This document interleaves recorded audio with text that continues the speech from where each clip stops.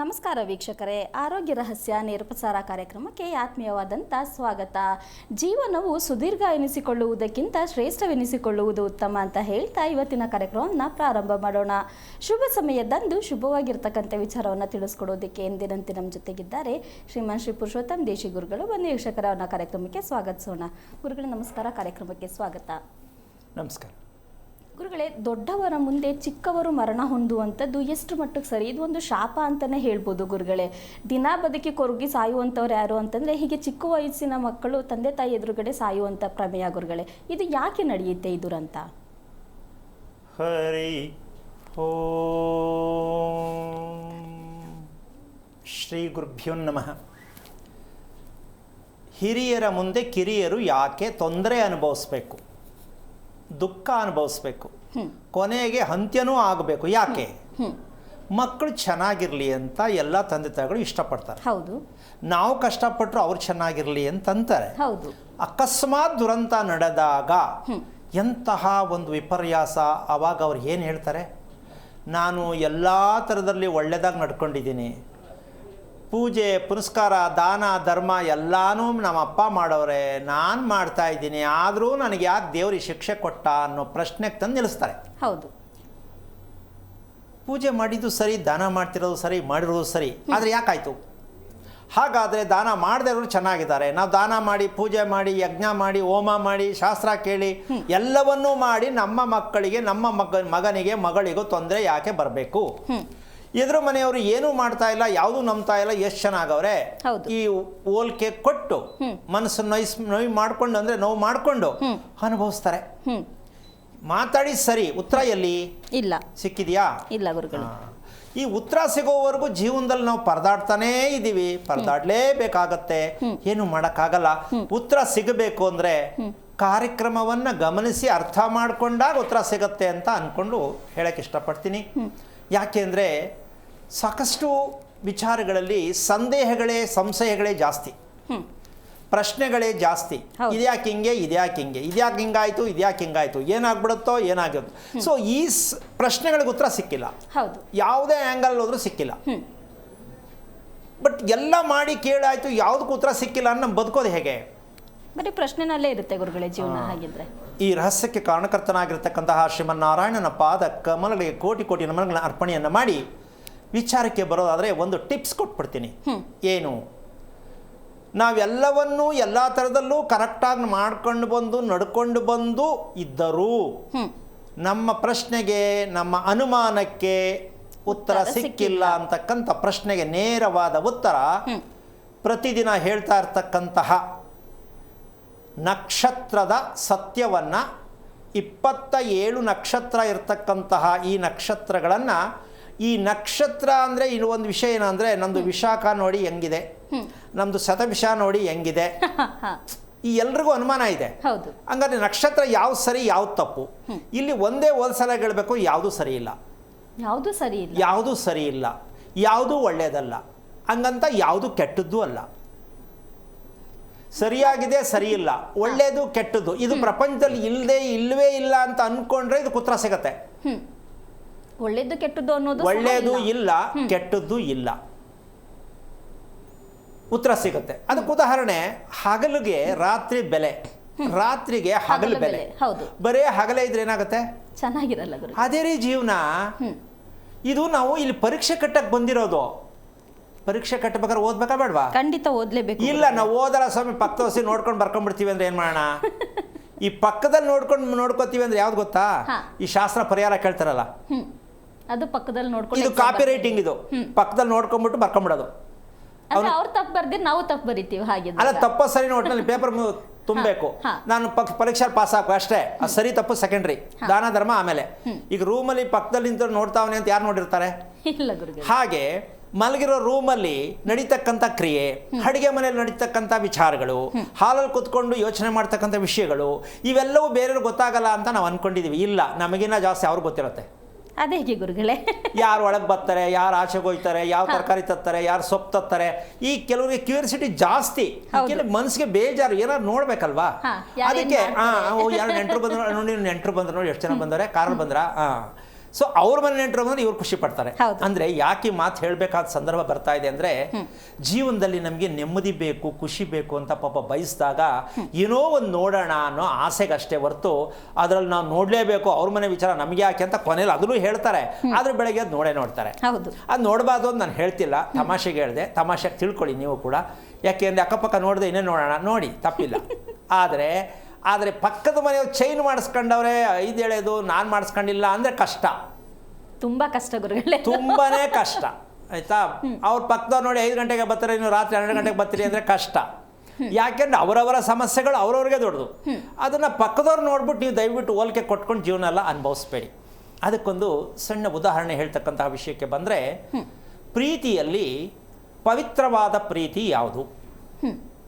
ರೋಮಾಂಚನಕಾರಿಯಾದಂಥ ಪ್ರೀತಿ ಯಾವುದು ಅಂದರೆ ಯಾವುದಿರ್ಬೋದಮ್ಮ? ಪ್ರೀತಿ ಸತ್ಯವಾದ ನ್ಯಾಯವಾದ ಪ್ರೀತಿ ಯಾವುದು? ರೋಮಾಂಚನಕಾರಿಯಾದ ಪ್ರೀತಿ ಯಾವುದು ಅಂದರೆ, ಒಂದು ಭಗವಂತನನ್ನು ನಾವು ಹತ್ರ ಮಾಡ್ಕೊಳ್ಳೋಕ್ಕೆ ಪ್ರಯತ್ನ ಪಡ್ತಕ್ಕಂಥದ್ದು, ಭಗವಂತನ ಪ್ರೀತಿಸಕ್ಕೆ ಪ್ರಯತ್ನ ಮಾಡೋದು ಸತ್ಯವಾದ ಪ್ರೀತಿ, ನಿಜವಾದ ಪ್ರೀತಿ. ಅದೇನೋ ಒಂದು ನಮಗೆ ಯಾವತ್ತಲ್ಲ ಯಾವತ್ತು ಹೂ ಬಿಟ್ಟೇ ಬಿಡುತ್ತೆ, ಹಣ್ಣು ಬಿಟ್ಟೇ ಬಿಡುತ್ತೆ. ಹೌದಾ? ಇವತ್ತು ಸಿಗದೆ ಇರ್ಬೋದು. ಈ ರೋಮಾಂಚನಕಾರಿಯಾದಂತಹ ಪ್ರೀತಿ ಯಾವುದು ಅಂದರೆ ಗಂಡ ಹೆಂಡತಿ. ಏನದು ಅಂದರೆ, ದಿನ ಒಂದೇ ಥರ ಪ್ರೀತಿ ಮಾಡಬಾರ್ದ್ರಿ. ಏನು ಬೇಜಾರಲ್ವಾ? ಅದೇ ಪ್ರೀತಿ ಹಂಗಾಗಲ್ಲ, ಚೇಂಜ್ ಇರಬೇಕು ಅಂತೆ ಬೇಡ ಅಂತ್ಯಾ? ಚೇಂಜ್ ಇರಬೇಕು. ಗಂಡ ಹೆಂಡತಿ ಪ್ರೀತಿ ಚೇಂಜಲ್ಲಿ ಇರಬೇಕು. ಒಂದೇ ಥರ ಪ್ರೀತಿ ಅಂದರೆ ಏನದು ಅರ್ಥ? ಎಷ್ಟೋ ಜನಕ್ಕೆ ಗಾಬರಿ ಆಗ್ಬೋದು. ಒಂದೇ ಥರ ಪ್ರೀತಿ, ಬೇರೆ ಬೇರೆ ಪ್ರೀತಿ ಯಾವುದಾದಿದೆ? ಅದ್ರಲ್ಲಿ ಇನ್ನೂ ಒಂದು ಪ್ರಶ್ನೆ ಏನಂದ್ರೆ, ಒಂದೇ ಥರದ ಪ್ರೀತಿನೇ ಸಿಗ್ತಿಲ್ಲ, ಇನ್ನು ವೆರೈಟಿ ಪ್ರೀತಿ ಎಲ್ಲಿ ಹುಡ್ಕೋಣ ಅನ್ನೋದು ಎಂಥ ಗೌಪ್ಯವಾದ ವಿಷಯ. ಇರೋದೇ ಅದೇ ಇಲ್ಲ, ಇನ್ನು ಬೇರೆ ಬೇರೆ ತಗೊಂಡು ಏನು ಮಾಡೋಣ?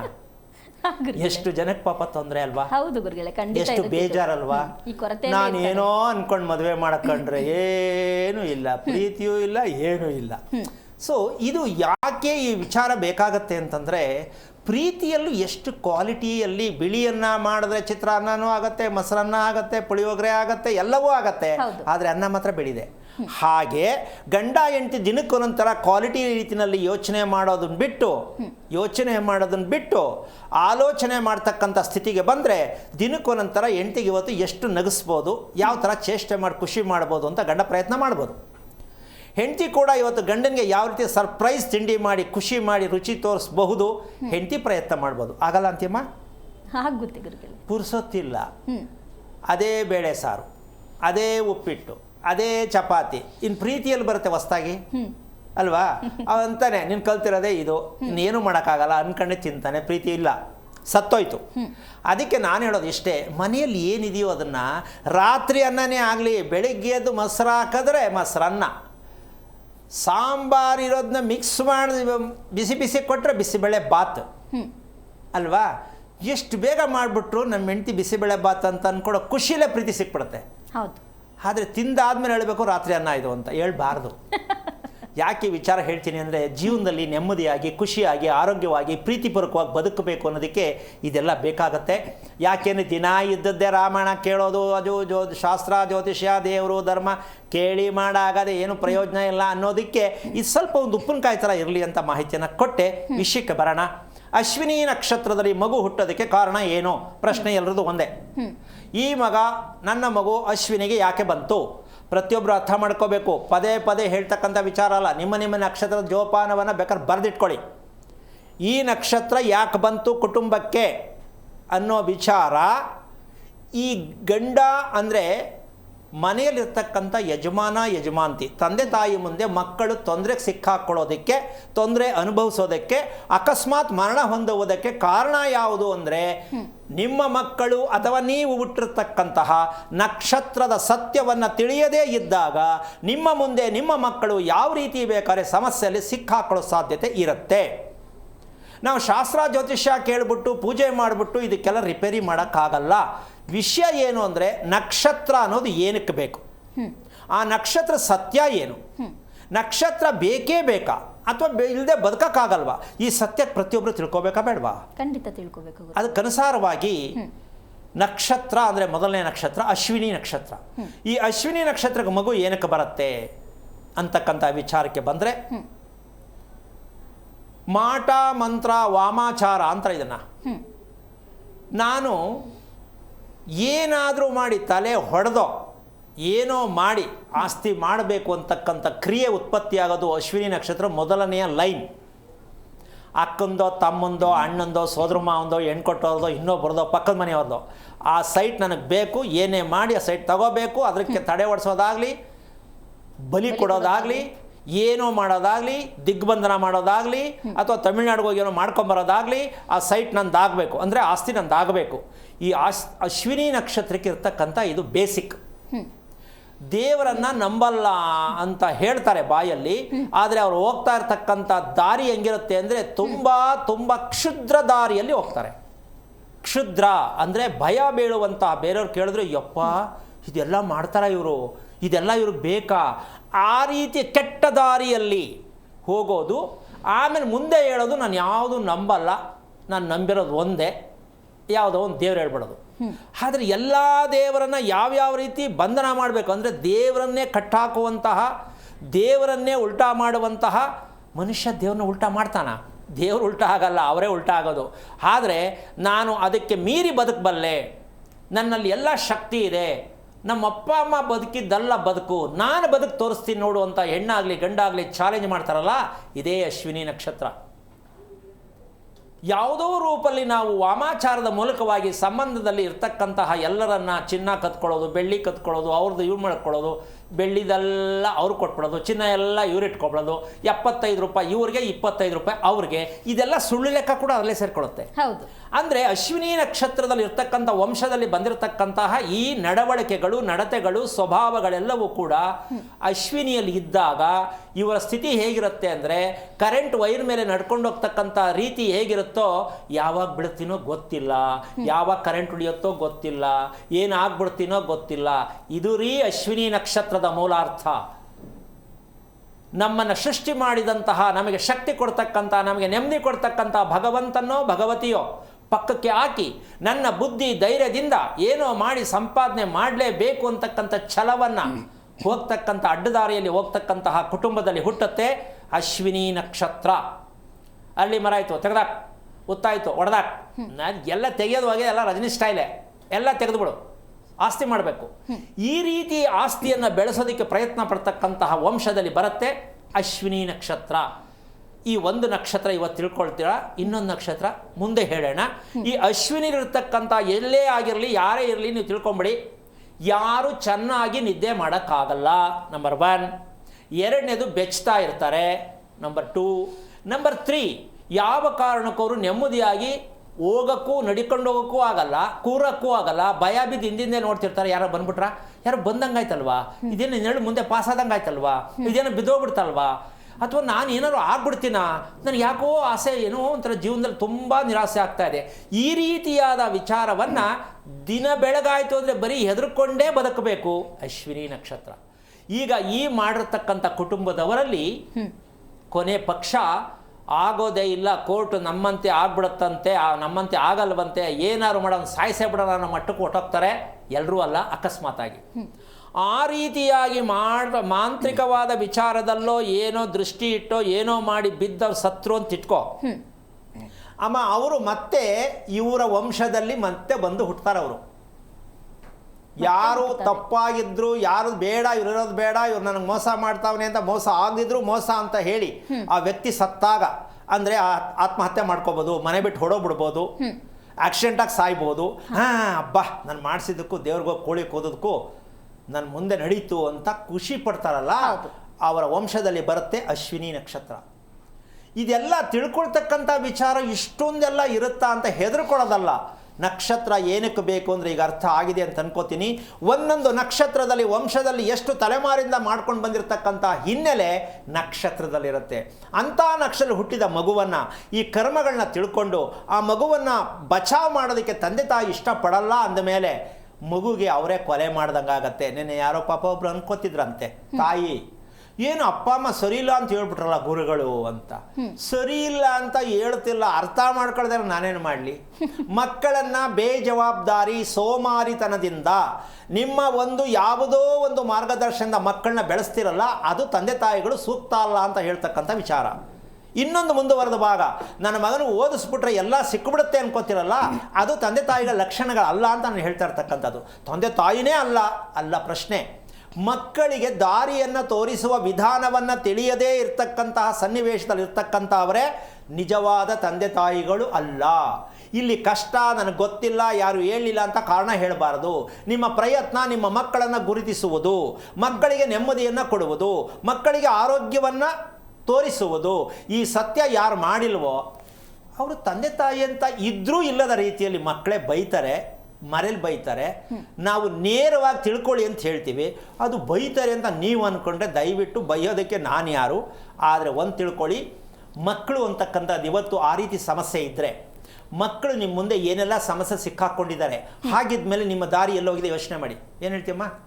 ನಿಮ್ಮ ಮಗನಿಗೆ ಜೀವನದಲ್ಲಿ ಏನು ಸಿಕ್ಕಿಲ್ಲ, ಮದುವೆ ಆಗಿಲ್ಲ, ಕೆಲಸ ಸಿಕ್ಕಿಲ್ಲ, ಓದಕ್ಕಾಗಿಲ್ಲ ಅಂತಕ್ಕಂಥದ್ದು ಹುಡುಗಿಯಾಗಲಿ ಹುಡುಗಾಗಲಿ ಇರ್ತಕ್ಕಂಥ ಕುಟುಂಬದಲ್ಲಿ ಎಷ್ಟು ಸಮಸ್ಯೆ ಇಲ್ಲ. ಹಾಗಿರಬೇಕಾದ್ರೆ ನೀವು ತಂದೆ ತಾಯಿ ಅನ್ನಿಸ್ಕೊಂಡವರು ನಿಮ್ಮ ಮಕ್ಕಳನ್ನು ಯಾಕೆ ಈ ರೀತಿಯಾಗಿ ತಿಳಿಯದೆ ಬೆಳೆಸಿದ್ರಿ ಅಂತ ಪ್ರಶ್ನೆ ಆಗತ್ತಿಲ್ಲ. ನಾನಲ್ಲ, ನೀವೇ ಪ್ರಶ್ನೆ ಹಾಕ್ಕೊಳ್ಳಿ.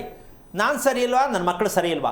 ಈ ಸರಿ ಇಲ್ವಾ ಅನ್ನೋದೇ ನೀವು ಮಾಡುತ್ತಿರುವ ತಪ್ಪು ಅಂತ ನೀವು ತಿಳ್ಕೊಂಡ್ರೆ ಮಕ್ಕಳಿಗೆ ಅಭಿವೃದ್ಧಿ ಆಗತ್ತೆ. ಇಲ್ಲ ನಾನು ಕರೆಕ್ಟಾಗಿದ್ದೀನಿ, ನಾನು ಎಲ್ರಿಗಿನ್ನ ಮೀರಿ ನನ್ನ ಮಕ್ಕಳು ಸಾಕಿದ್ದೀನಿ, ಓದಿಸಿದ್ದೀನಿ ಅಂತ ಅಂದ್ಕೊಂಡ್ರೆ ಒಂದಲ್ಲ ಒಂದು ದಿನ ದುಃಖದಲ್ಲಿ ಮುಳುಗಿದಾಗ ಯಾರೂ ಬರಲ್ಲ.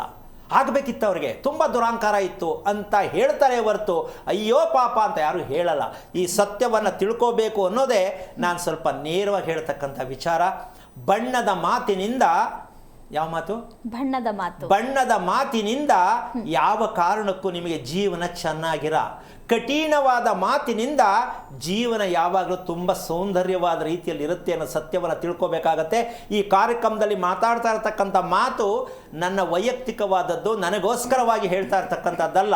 ನಿಮಗೋಸ್ಕರವಾಗಿ ಬಳಸ್ತಾ ಇರ್ತಕ್ಕಂಥ ಒಂದು ಸನ್ನಿವೇಶವನ್ನು ನಾನು ಫೋಕಸ್ ಮಾಡಿ ಹೇಳ್ತಾ ಇದ್ದೀನಿ.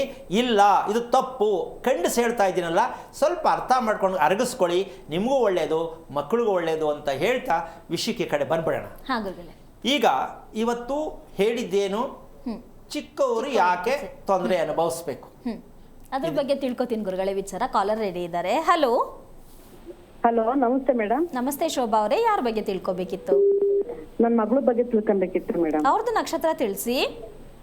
ಆರಿದ್ರ ನಕ್ಷತ್ರ, ಗುರುಗಳಿದ್ದಾರೆ, ಮಾತಾಡಿ. ರಾಶಿ. ಹಲೋ. ಸರಿ. ಹಲೋ, ನಮಸ್ತೆ ಗುರುಜಿ. ನಾರಾಯಣ, ಹೇಳಮ್ಮ. ಮಗನಿಗೆ ಎಷ್ಟು ವಯಸ್ಸು? ಮಗಳು ಸ್ವಾಮೀಜಿ, ಒಬ್ಳೆ ಮಗಳು. ಓಕೆ, ಸಂತೋಷ. ಏನು ಓದ್ತಿದ್ದಾಳೆ, ಏನು ಮಾಡ್ತಿದ್ದಾಳೆ? ಅವಳು ಇವಾಗ 7ನೇ ಕ್ಲಾಸ್ ಗುರುಜಿ. ಏನು ಕೇಳಬೇಕು ಅಂತ ಮಾಡ್ತೀಯಮ್ಮ? ಅವಳು ಸ್ವಲ್ಪ ಆರೋಗ್ಯದ್ದು, ಅವಳದು ಮುಂದಿಂದು ಇದ್ರ ಬಗ್ಗೆ ಕೇಳಬೇಕಿತ್ತು ಗುರುಜಿ. ನೀನೇನು ಓದಿದ್ಯಾ? ನಾನು PUC ಗುರುಜಿ. ಕಾರ್ಯಕ್ರಮ ನೋಡ್ತಿದ್ಯಮ್ಮ? ಹ್ಞೂ ಗುರುಜಿ, ದಿನ ನೋಡ್ತೀನಿ ಗುರುಜಿ. ಅಲ್ಲ, ನೋಡ್ತಿದ್ಯಾ, ನಿನ್ಗೆ ಅರ್ಥನೇ ಆಗಿಲ್ವಲ್ಲ. ಮುಂದೆ ಅಂತಂದಲ್ಲ, ನನಗೆ ಅದೇ ಕೋಪ. ಅವಳ ಎಜುಕೇಶನ್, ಅವಳು ಅಮ್ಮ ಪುನಃ ನೋಡ ಅದೇ ಅಂತೀಯಲ್ಲ. ಎಜುಕೇಶನ್ ಯಾರ್ದಮ್ಮ? ಅವಳು ತಾನೇ ಪರೀಕ್ಷೆ ಬರೀಬೇಕು. ನಿನ್ನ ಮಗಳು ರೆಡಿನೇ ಮಾಡಿಲ್ವಲ್ಲ, ಹೆಂಗ್ ಓದ್ತಾಳೆ ಅವಳು? ನಿನ್ನ ಮಗಳನ್ನ ಅಂತ ನೀನು ಅನ್ಕೋತಾ ಇದೆಯಲ್ಲ, ನಿನ್ನ ಮಗಳು ಯಾರು ಅಂತ ನಿನ್ಗೆ ಅರ್ಥನೇ ಆಗಿಲ್ಲ ಇಲ್ಲಿವರೆಗೂ. ಊಟ ಹಾಕಿದೀಯಾ, ಸ್ನಾನ ಮಾಡಿಸ್ತೀಯಾ, ಬಟ್ಟೆ ಹಾಕಿದೀಯಾ, ಸ್ಕೂಲಿಗೆ ಸೇರಿಸಿದೀಯಾ ಅಂತ ನಿನ್ನ ಮಗಳು ಅಷ್ಟೇನಾ? ಅಲ್ಲ. ಆರಿದ್ರ ನಕ್ಷತ್ರದ ಮಗು ನನ್ನ ಹೊಟ್ಟೆಲಿ ಹುಟ್ಟಬೇಕಾದ್ರೆ ನಾವೆಷ್ಟು ಅದೃಷ್ಟವಂತರು ಅಂತ ಗಂಡ ಹೆಂಡತಿ ಡಿಸೈಡ್ ಮಾಡಬೇಕು. ಅದೃಷ್ಟವಂತರು. ಆರಿದ್ರ ನಕ್ಷತ್ರದ ಮಗು ಹುಟ್ಟಿದೆ ಅಂದ್ರೆ ನಾವೆಷ್ಟು ನತದೃಷ್ಟರು. ಯಾಕೆ? ಅಲ್ಲಿ ಹೇಳ್ತೀನಿ, ಅದೃಷ್ಟ ಅಲ್ಲ, ಅಲ್ಲಿ ನಕ್ಷತ್ರ. ಅದೃಷ್ಟ ಇಲ್ಲ, ನತದೃಷ್ಟತೆಯನ್ನು ತೋರಿಸುವುದೇ ನಕ್ಷತ್ರ. ಯಾಕೆಂದ್ರೆ ಕರ್ಮ ಕಳ್ಕೊಳ್ರೋ, ಸರಿದಾರಿಗೆ ಬನ್ರಪ್ಪ ಅನ್ನೋದು ನಕ್ಷತ್ರ ಸೂತಕದ ಒಂದು ದೊಡ್ಡ ಬಂಡೆ. ಬೇಜಾರಾಗಬೇಕಾ, ದುರಂತ ಆಗಬೇಕಾ, ನಷ್ಟ ಆಗಬೇಕಾ, ನಿದ್ದೆ ಬರದೇ ಇರಬೇಕಾ, ಊಟ ಸೇರದೇ ಇರಬೇಕಾ, ಊಟ ತಿಂದು ಹೊರಗೆ ಬರದೇ ಇರಬೇಕಾ, ಇವೆಲ್ಲವೂ ಸೂತಕದ ನಕ್ಷತ್ರದಲ್ಲಿ ಸೇರಿರುತ್ತೆ. ನಾವು ಅದನ್ನ ಬಿಟ್ಬಿಟ್ಟು ಮುಂದೆ ಏನು ನೋಡಿ, ಭವಿಷ್ಯ ನೋಡಿ ಅಂತ ಕೇಳ್ತೀವಲ್ಲ, ನಾವಿನ್ನೂ ಮನುಷ್ಯರಾಗಿದ್ದೀವಿ ಅಂತ ಬೇಜಾರಾಗತ್ತೆ ಕೇಳಕ್ಕೆ. ಎಲ್ಲರೂ ಇದೆ ಪ್ರಪಂಚದಲ್ಲಿ ಭವಿಷ್ಯ. ನಾನು ಹೇಳ್ತಾನೇ ಇದ್ದೀನಿ, ಮುಂದೆ ಹೆಂಗೆ. ಆ ಮಗುಗೆ ಕರೆಕ್ಟಾಗಿ ಮಲಗ್ತಕ್ಕಂಥ ಸನ್ನಿವೇಶವನ್ನ ಇವ್ರನ್ನ ರೂಪಿಸ್ಕೊಟ್ಟಿಲ್ಲ. ನಿಮ್ಮ ಮಗಳು ಮಲಗೋದು ಕರೆಕ್ಟಾಗಿ ಇದೆಯೇನಮ್ಮ?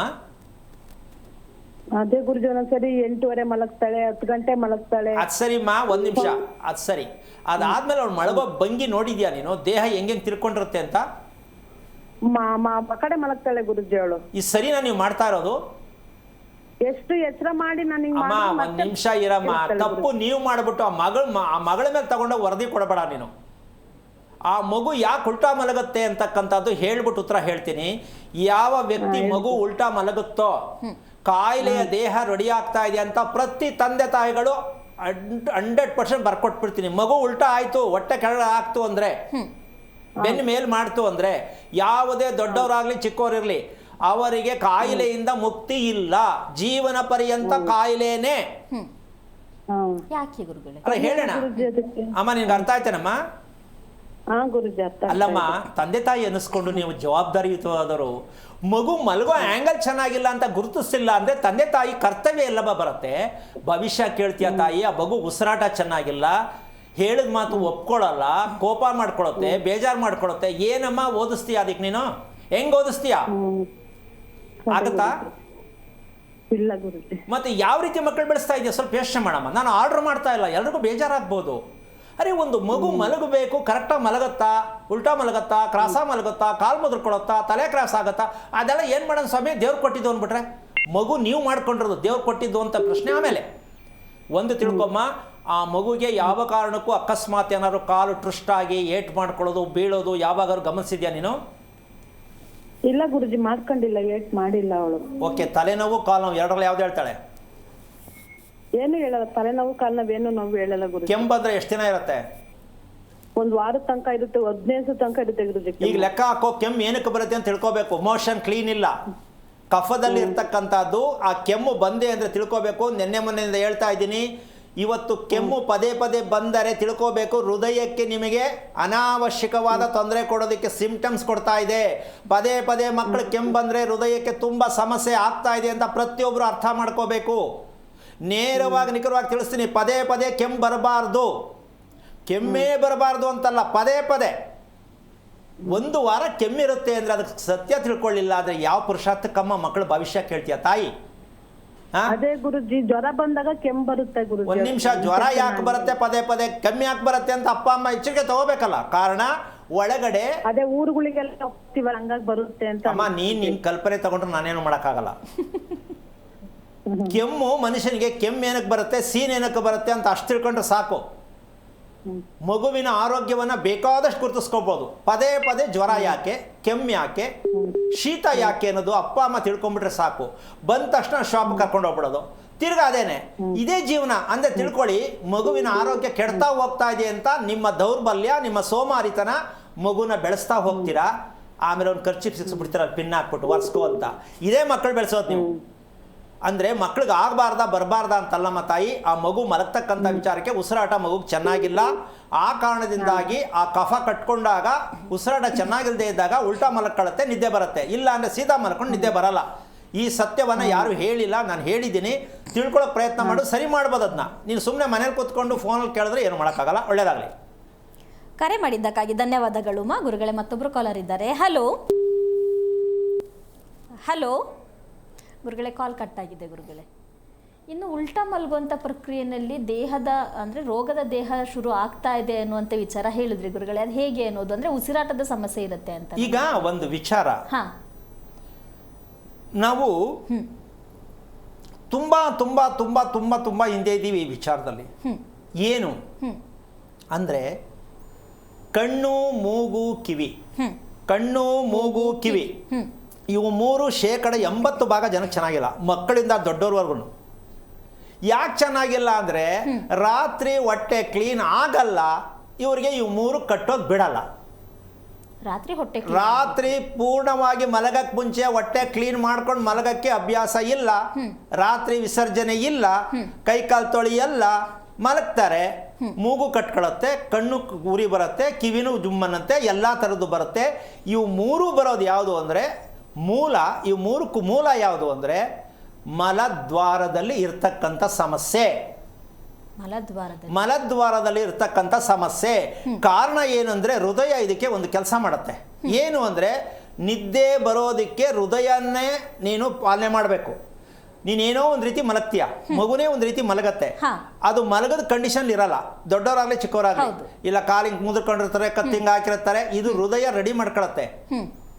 ನೀನು ನೇರವಾಗಿ ಮಲ್ಕೊಂಡ್ರೆ ನಿದ್ದೆ ಬರಲ್ಲ ಅಂದಾಗ ಏನಾಗುತ್ತೆ, ಆ ಕಡೆ ಈ ಕಡೆ ಒಳ್ತೀಯ. ಒಳ್ದಾಗ ಯಾವುದೋ ಒಂದು ರೀತಿ ಕ್ರಾಸ್ ಆಗಿರುತ್ತೆ, ಆವಾಗ ನಿದ್ದೆ ಬಂದ್ಬಿಡುತ್ತೆ. ನೀನು ಕ್ರಾಸ್ ಆಗಿದ್ದು ನಿನಗೇನು ಗೊತ್ತಿರಲ್ಲ. ಇದು ತಂದೆ ತಾಯಿ ಅರ್ಥ ಮಾಡ್ಕೋಬೇಕು. ಮಕ್ಕಳು ಕರೆಕ್ಟ್ ಆ್ಯಂಗಲಲ್ಲಿ, ದೊಡ್ಡವರೇ ಆಗಲಿ ಕರೆಕ್ಟ್ ಆ್ಯಂಗಲಲ್ಲಿ ಮಲಗ್ತಾ ಇಲ್ಲ ಅಂದರೆ ಉಸಿರಾಟದ ಸಮಸ್ಯೆ ಯಾವುದ್ಯಾವುದರಲ್ಲಿ, ಕಣ್ಣಿನ ಸಮಸ್ಯೆ ಶುರು ಆಗತ್ತೆ. ಎರಡನೇದು ಕಿವಿ ಸಮಸ್ಯೆ ಶುರುವಾಗತ್ತೆ. ಮೂರನೇದು ಯಾವ ಕಾರಣಕ್ಕೂ ಉಸಿರಾಟ, ಯಾವ ಕಾರಣಕ್ಕೂ ಮಗುವಿಗೆ ಬೇಕಾದ ಉಸಿರಾಟ ಸಾಧ್ಯತೆ ಇಲ್ಲ. ಇದು ಯಾಕಾಗಿಲ್ಲ ಅಂದರೆ ಅಪ್ಪ ಅಮ್ಮ ರಾತ್ರಿ ಹೊತ್ತು ಕ್ಲೀನ್ ಮಾಡಿ, ಹೊಟ್ಟೆ ಕ್ಲೀನ್ ಮಾಡಿ ಮಲಗೋ ಅಭ್ಯಾಸ ಅಪ್ಪ ಅಮ್ಮನಿಗೆ ಬಂದಿಲ್ಲ, ಅವರ ಅಪ್ಪ ಅಮ್ಮನಿಗೂ ಬಂದಿಲ್ಲ, ಅವರ ಅಪ್ಪ ಅಮ್ಮನಿಗೂ ಬಂದಿಲ್ಲ, ತಲಾಂತರದಿಂದ ಬಂದಿಲ್ಲ. ರಾತ್ರಿ ಹೊಟ್ಟೆ ಕ್ಲೀನ್ ಮಾಡಿ ಮಲಗಬೇಕು ಅಂತ ಎಷ್ಟು ಜನಕ್ಕೆ ಗೊತ್ತು? ನಿಜಕ್ಕೂ ಗೊತ್ತಿರಲಿಲ್ಲ ಗುರುಗಳೇ. ಈಗ ನೀವು ಯಾವುದೇ ಡಾಕ್ಟರ್ ಔಷಧಿ ಆಗಲಿ ಎಲ್ಲೇ ಹೋಗಿ ನೀವು ತಿಪ್ಪರ್ಲಾಗ ಹಾಕಿದ್ರು ಇದು ಸಮಸ್ಯೆ ಸರಿ ಹೋಗಲ್ಲ. ಎಷ್ಟು ಜನಕ್ಕೆ ಮೂಗು ಕಟ್ಕೊಳತ್ತೆ, ಎಷ್ಟು ಜನಕ್ಕೆ ಕಿವಿ ಮುಚ್ಕೊಳ್ಳುತ್ತೆ, ಎಷ್ಟು ಜನಕ್ಕೆ ಕಣ್ಣಲ್ಲಿ ನವೆ ಬರುತ್ತೆ, ಉರಿ ಬರುತ್ತೆ, ಎಷ್ಟು ಜನಕ್ಕೆ ಹಿಂಸೆ ಪಡ್ತಾ ಇದ್ದಾರೆ. ಆದರೂ ಅಂದ್ಕೊಳ್ಳಲ್ಲ, ಏನೋ ಒಂದು ಮುಲಾಮ್ ಹಾಕ್ಕೊಳ್ಳೋದು, ಇಲ್ಲಿಗೇನೋ ಕಡ್ಡಿ ಚುಚ್ಕೊಳ್ಳೋದು, ಇಲ್ಲೇನೋ ಮಾಡ್ಕೊಳ್ಳೋದು, ಈ ಥರ ಮಾಡ್ತೀರಲ್ಲ. ಒಳಗಡೆ ಕರುಳಲ್ಲಿ ಕಟ್ಕೊಂಡಿರ್ತಕ್ಕಂಥದ್ದು ಕ್ಲೀನ್ ಮಾಡಬೇಕ್ರಿ. ಕರುಳಲ್ಲಿ ಕಟ್ಟಿರೋದು ಕ್ಲೀನ್ ಮಾಡೋಕ್ಕೆ ಯಾರ್ರೀ ಮಾಡೋದು? ಮೆಡಿಷನ್ ಮಾಡಲ್ಲ, ಇನ್ನೂ ಲಾಕ್ ಆಗತ್ತೆ. ಮೆಡಿಸಿನ್ದ ಏನಾಗುತ್ತೆ, ಇನ್ನೂ ಲಾಕ್ ಆಗಿ ಡ್ರೈ ಆಗಿ ಒಳಗಡೆ ಉಳ್ಕೊಳ್ಳುತ್ತೆ. ಅದಕ್ಕೊಂದು ಮೆಡಿಷನ್ನು, ಮತ್ತೆ ಅದೇ ಹಂಗೆ ಆಗತ್ತೆ. ಹಾಗಿದ್ದ ಮೇಲೆ ಮೆಡಿಷನ್ ತಪ್ಪು ಅಂತ ದಯವಿಟ್ಟು ತಪ್ಪು ಹೇಳ್ಕೊಬೇಡಿ. ನಾವು ನಿಜವಾಗ್ಲೂ ಮಕ್ಕಳಿಗೆ ಈ ರೀತಿಯಾಗಿ ಕಣ್ಣಲ್ಲಿ, ಮೂಗಲ್ಲಿ, ಕಿವಿಯಲ್ಲಿ ಸಮಸ್ಯೆ ಇದೆ, ಕಾಲಲ್ಲಿ ನೋವಿದೆ, ತಲೆನೋವು ಬರ್ತಾ ಇದೆ ಅಂತ ಎಷ್ಟು ಜನ ಅಪ್ಪ ಅಮ್ಮಂದ್ರಿಗೆ ಗೊತ್ತಿದ್ದು? ಎಷ್ಟು ಜನ ಅಪ್ಪ ಅಮ್ಮನ ತಿಳ್ಕೊತಾರೆ? ಅಮೃತಾಂಜನ ಉಚ್ತಾರೆ, ಒಂದಿನ ವಿಕ್ಸ್ ಉಚ್ತಾರೆ, ಒಂಥರ ಜೆಂಡು ಬಾಮ್ ಹಾಕ್ತಾರೆ, ಏನೇನೋ ಪ್ರಯತ್ನ ಮಾಡ್ತಾರೆ. ಆದರೆ ತಲೆನೋವಿಲ್ದಂಗೆ ನನ್ನ ಮಗು ಬೆಳೆಸಬೇಕು ಅಂತ ಯಾವ ಅಪ್ಪ ಅಮ್ಮನ ಗೊತ್ತು? ನಿಜಕ್ಕೂ ಇಲ್ಲ ಗುರು. ಮಕ್ಕಳು ಅಂದಮೇಲೆ ಅವೆಲ್ಲ ಬರಬಾರ್ದ ಅಂತ ಸೋಮಾರಿಗಳು ನಾನೇನು ಹೇಳೋಕ್ಕಾಗಲ್ಲ. ಇದು ಸಿಂಪ್ಟಮ್ಸ್ ರೀ. ನಿಮ್ಮ ಮಕ್ಕಳ ಆರೋಗ್ಯ ಕೆಡ್ತಾ ಇದೆ, ಪ್ಲಸ್ ನೀವು ಅನುಭವಿಸ್ತಾ ಇದ್ದೀರಾ. ನೀವು ಅಭ್ಯಾಸ ಆಗ್ಬಿಟ್ಟಿದೆ ಅದೆಲ್ಲ ಮಾಡ್ಕೊಂಡು ಮಕ್ಳಿಗೂ ವಿಕ್ಸರ್ಚಕ್ಕೆ ಹೋಗಬೇಡಿ. ಕಾರಣ ರಿಪೇರಿ ಮಾಡಿ. ರಿಪೇರಿ ಮಾಡೋದು ಯಾವುದರಿಂದ? ಊಟದಿಂದನೇ ರಿಪೇರಿ ಮಾಡಬೇಕು ಅಂತ ಗೊತ್ತಿಲ್ವಲ್ಲ, ಏನು ಮಾಡೋಣ? ಇಷ್ಟು ಸಮಸ್ಯೆಯಲ್ಲಿ ನಾವು ಅನುಭವಿಸ್ತಾ ಇದ್ದೀವಿ ಅಂದರೆ ಯಾರು ಹೊಣೆ? ಮಕ್ಕಳು ತಂದೆ ತಾಯಿ ಮುಂದೆ ಏನಕ್ಕೆ ಆಗ್ತಾರೆ ಹೋಗ್ತಾರೆ, ಏನೋ ಸಮಸ್ಯೆ ಸಿಕ್ಕಾಕೊಳ್ತಾರೆ ಅಂತಕ್ಕಂಥ ಲೆಕ್ಕಾಚಾರಕ್ಕೆ ನಮ್ಮಲ್ಲಿ ಆಗ್ತಾ ಇರತಕ್ಕಂಥ ದೊಡ್ಡ ಸಮಸ್ಯೆ ಏನಂದರೆ, ದಾನ ಮಾಡಿದ್ದೀವಿ, ಪೂಜೆ ಮಾಡಿದ್ದೀವಿ ಅಂತ ಹೇಳ್ತಾರಲ್ಲ, ಶ್ರೇಷ್ಠವಾದ ದಾನ ಯಾವುದು ತಿಳ್ಕೊಬೇಕು. ಶ್ರೇಷ್ಠವಾದ ದಾನ ಯಾವುದು? ನೀವೇನೋ ಕೊಟ್ಟಿರ್ಬೋದು, ಯಾತಕ್ಕೆ ಗೊತ್ತಾ? ಲಂಚ. ಅದು ಲಂಚದ ದಾನ. ಇದು ಒಳ್ಳೇದಾಗಲಿ ಅಂತ ಒಬ್ರು, ಜನ ನೋಡ್ಲಿ ನನ್ನ ಅಂತ ಒಬ್ರು, ಪರವಾಗಿಲ್ಲ ಬಿಡು ಏನೋ ಒಳ್ಳೇದಾಗತ್ತೆ ಅಂತ ಒಬ್ರು. ಅಪ್ರಾಣಿ ಅಲ್ಲ. ಅಂದರೆ ನೀವು ಒಳ್ಳೇದನ್ನ ಬಯಸಕ್ಕೆ, ಜೀವನದಲ್ಲಿ ಏನೋ ಒಂದು ಬದುಕಕ್ಕೆ ಬ್ಯಾಲೆನ್ಸ್ ಮಾಡಕ್ಕೆ ದಾನ ಮಾಡ್ತಿರಲ್ಲ, ಅದನ್ನ ನೀವು ಪ್ರದರ್ಶನ ಮಾಡ್ತೀರಾ. ನಾನು ಅಲ್ಗೋಗಿದ್ದೆ, ವರ್ಷಕ್ಕೊಂದ್ಸಲ ಹೋಗ್ತೀನಿ, ಅಲ್ಲ ಇದು ಮಾಡ್ತೀನಿ, 100 ಜನ ಊಟ ಹಾಕ್ತೀನಿ, ಕೂಡ್ರೂಮ್ಗೆ ಸ್ಕೂಲ್ಗೆ ಹೋಗ್ತೀನಿ. ಇದೆಲ್ಲ ಸ್ಟೋರಿ ಏನು ಗೊತ್ತಾ? ಅಪ್ರಾಣಿ. ಇದು ದಾನ ಅಲ್ಲ, ಭಯದ ದಾನ. ಒಳ್ಳೇದಾಗಕ್ಕೆ ಮಾಡ್ತಾ ಇರ್ತಕ್ಕಂಥ ಲಂಚ. ಇದರಿಂದ ನೀವು ಅನ್ಕೋತಾ ಇದ್ದೀರಲ್ಲ, ಅದೆಲ್ಲ ಒಟ್ಟು ಸುಳ್ಳು. ಇದ್ರ ಬಗ್ಗೆ ಮಾತಾಡೋಣ ಗುರುಗಳೇ. ಒಂದು ವಿರಾಮ ತಗೊಳ್ಳೋಣ. ಗುರುಗಳೇ, ನಿಮ್ಮಿಂದ ಶ್ರೇಷ್ಠವಾದ ದಾನ ಯಾವುದು ಅನ್ನೋದ್ರ ಬಗ್ಗೆ ಮಾಹಿತಿ ಕಂಡ್ಕೋತೀನಿ ಗುರುಗಳೇ. ಒಬ್ರು ಕಾಲರ್ ರೆಡಿ ಇದ್ದಾರೆ. ಹಲೋ. ನಮಸ್ಕಾರ. ಅವ್ರ ಮಹಾಲಕ್ಷ್ಮಿ ಅವರೇ, ಯಾರ ಬಗ್ಗೆ ತಿಳ್ಕೊಬೇಕಿತ್ತು? ಅವ್ರದ್ದು ನಕ್ಷತ್ರ ತಿಳಿಸಿ ಮೇಡಮ್. ಅವ್ರಿಗೆ ಜ್ಯೇಷ್ಠ ನಕ್ಷತ್ರ ಮೇಡಮ್. ಗುರುಗಳಿದ್ದಾರೆ, ಮಾತಾಡಿ. ಹಲೋ ಗುರುಗಳೇ, ನಮಸ್ಕಾರ ಗುರುಗಳೇ. ನಾರಾಯಣ. ಯಾರು, ಮಗನ ಮಗಳ? ಮಗಳು ಗುರುಗಳೇ. ಎಷ್ಟು ವಯಸ್ಸು? ವಯಸ್ಸು 25 ಗುರು. ಏನ್ ಮಾಡ್ತಿದ್ದಾಳೆ? ಮಗ ಗುರುಗಳೇ. ಜ್ಯೇಷ್ಠ ನಕ್ಷತ್ರ. ಓದ್ತಾ ಇದ್ದಾನಾ? ಗುರುಗಳೇ, ಓದ್ತಾ SLC ಮುಗೀತು ಗುರುಗಳೇ. ಆಮೇಲೆ ಇವಾಗ ಸ್ವಲ್ಪ ಕೆಲ್ಸಕ್ಕೆ ಹೋಗ್ತಾ ಇದ್ದೇನೆ ಗುರುಗಳೇ. ಈಗ ಏನ್ ಕೇಳ್ಬೇಕಿತ್ತು ಅವನ ಬಗ್ಗೆ? ಅವನದು ಆರೋಗ್ಯ ಬಗ್ಗೆ ಕೇಳ್ಬೇಕಾಯ್ತು ಗುರುಗಳೇ. ಯಾವಾಗ ಗೊತ್ತಾಯ್ತು ಆರೋಗ್ಯ ಬಗ್ಗೆ ತಿಳ್ಕೊಬೇಕು ಅಂತ? ಯಾವಾಗ ಗೊತ್ತಾಯ್ತು ನಿಮ್ಗೆ? ಗುರುಗಳೇ, ನಾವು ಅಲ್ಲಿ ಅವಾಗ್ಲೇ ಬಂದಿದ್ದ ಗುರುಗಳೇ ನಿಮ್ಮ ಹತ್ರ. ಓಕೆ. ನಿಮ್ಮ ಯಜಮಾನ್ ಏನ್ ಕೆಲಸ ಮಾಡೋದು? ನಮ್ಮ ಯಜಮಾನ್ರು ಗುರುಗಳೇ, ಅವರು ಪೇಂಟ್ ಗುರುಗಳೇ. ಪೇಂಟ್ರಾ? ಹೌದು. ಮದುವೆ ಆಗಕ್ಕೆ ಮುಂಚೆ ಏನು ಮಾಡ್ತಿರೋ ಅದೇನ ಮಾಡ್ತಿದ್ರಾ, ಬೇರೆ ಮಾಡ್ತಾ ಇದ್ರಾ?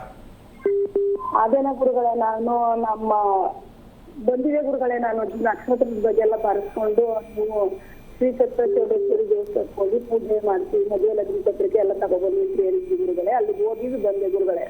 ಇವಾಗ ಬಂದ ಮೇಲೆ ಅಟ್ಲೀಸ್ಟ್ ಕೊನೆ ಪಕ್ಷ ಏನು ಗೊತ್ತಾಯ್ತು ನಿಮಗೆ? ಅದೇ ಗುರುಗಳೇ, ಒಂದು ನಮ್ಮ ಮಗನ್ಗೆ ಒಂದು ದೇವ್ರ ಕಾರ್ಯ ಮಾಡ್ಬೇಕಾಗಿತ್ತು. ಅದೊಂದು ಕಾರ್ಯ ಮಾಡದೆ ಬಂದು ಮುಗಿಸ್ಕೊಂಡಾದ್ಮೇಲೆ ಈಗ ಒಂದು ಸ್ವಲ್ಪ ಆರೋಗ್ಯ ಬಗ್ಗೆ ಸ್ವಲ್ಪ ಇನ್ನೂ ನಾನು ಮನೆ ಕಟ್ಟಿಲ್ಲ ಗುರುಗಳೇ, ಮನೆ ಮಾಡ್ಬೇಕು. ಮಗನ ಆರೋಗ್ಯ ಬಗ್ಗೆ ಕೇಳ್ಬೇಕು ಗುರುಗಳೇ. ನೀವೀಗಿರೋ ಮನೆ ಎಷ್ಟು ವರ್ಷದ್ದಮ್ಮ? ನಾವು ಗುರುಗಳೇ ಈಗಿರೋ ಮನೆಯಲ್ಲಿ ಇವಾಗ ಭೋಗ್ಯ ಮನೆ ತಂದಿದ್ದೀವಿ ಗುರುಗಳೇ. ಓಕೆ.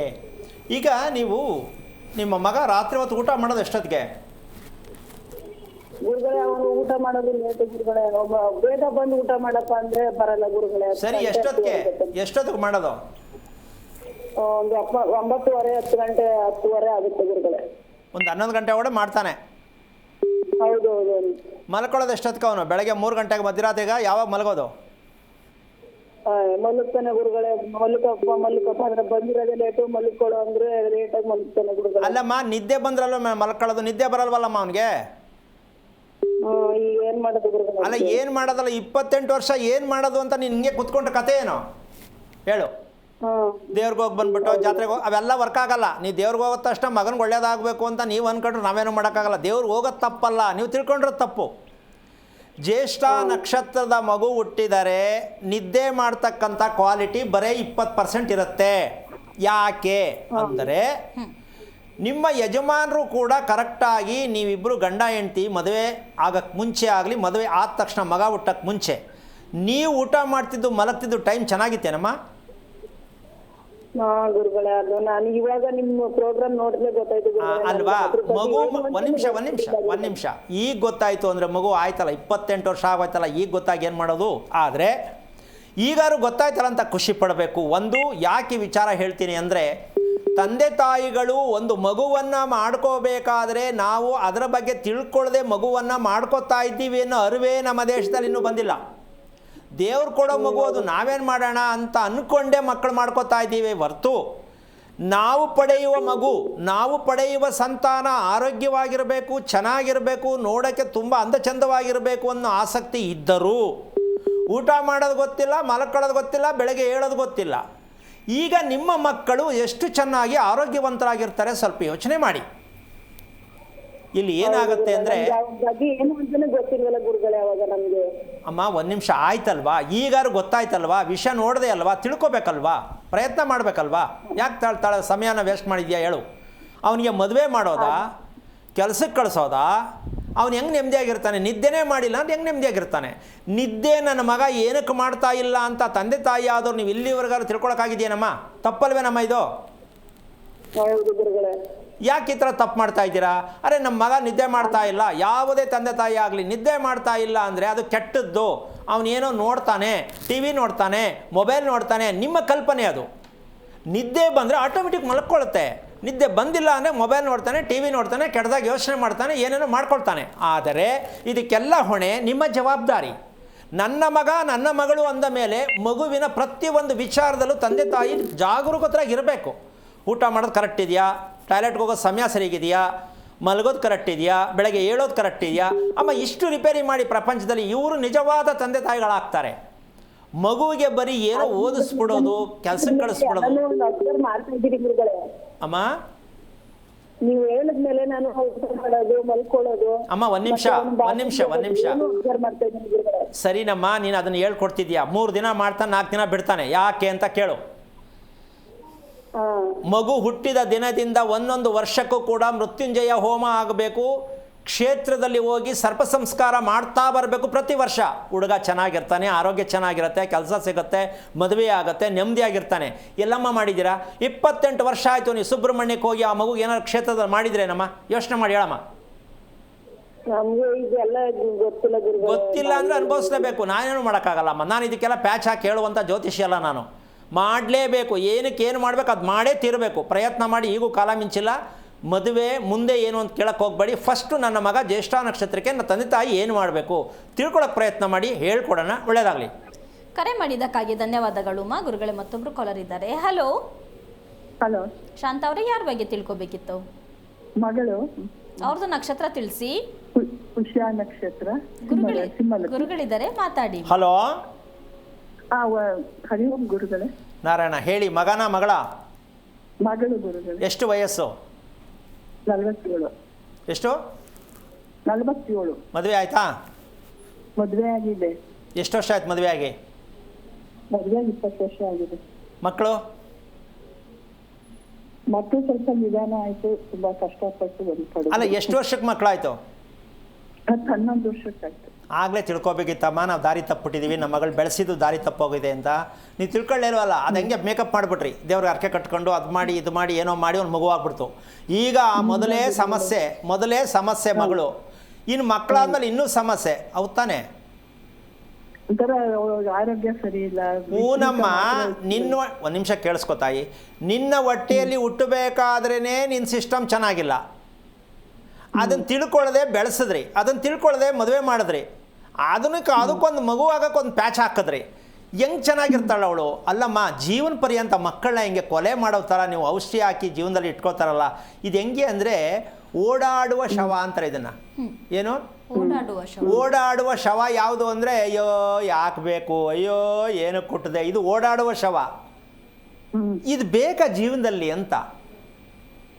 ಈ ಓಡಾಡುವ ಶವ ಅಂತ ನಾವು ಅಂದ್ಕೊಳ್ಳೋದು ತಪ್ಪಲ್ಲ. ನಾವು ನಿಜಕ್ಕೂ ಹಂಗೆ ಬದುಕ್ತಾ ಇರೋದು, ಕಂಡುಬಿಟ್ಟಿದ್ದೀವಿ, ಉಸಿರಾಡ್ತಾ ಇದ್ದೀವಿ ಅಷ್ಟೇ. ಮನಸ್ಸೆಲ್ಲೋ ಐತೆ, ದೇಹ ಎಲ್ಲೋ ಹೋಗೈತೆ. ಆದರೂ ನಾವು ಏನೋ ಚೆನ್ನಾಗಿರ್ಬೇಕು. ಎಲ್ಲಿ ಚೆನ್ನಾಗಿರ್ತೀರಾ? ಸಾಧ್ಯನೇ ಇಲ್ಲ.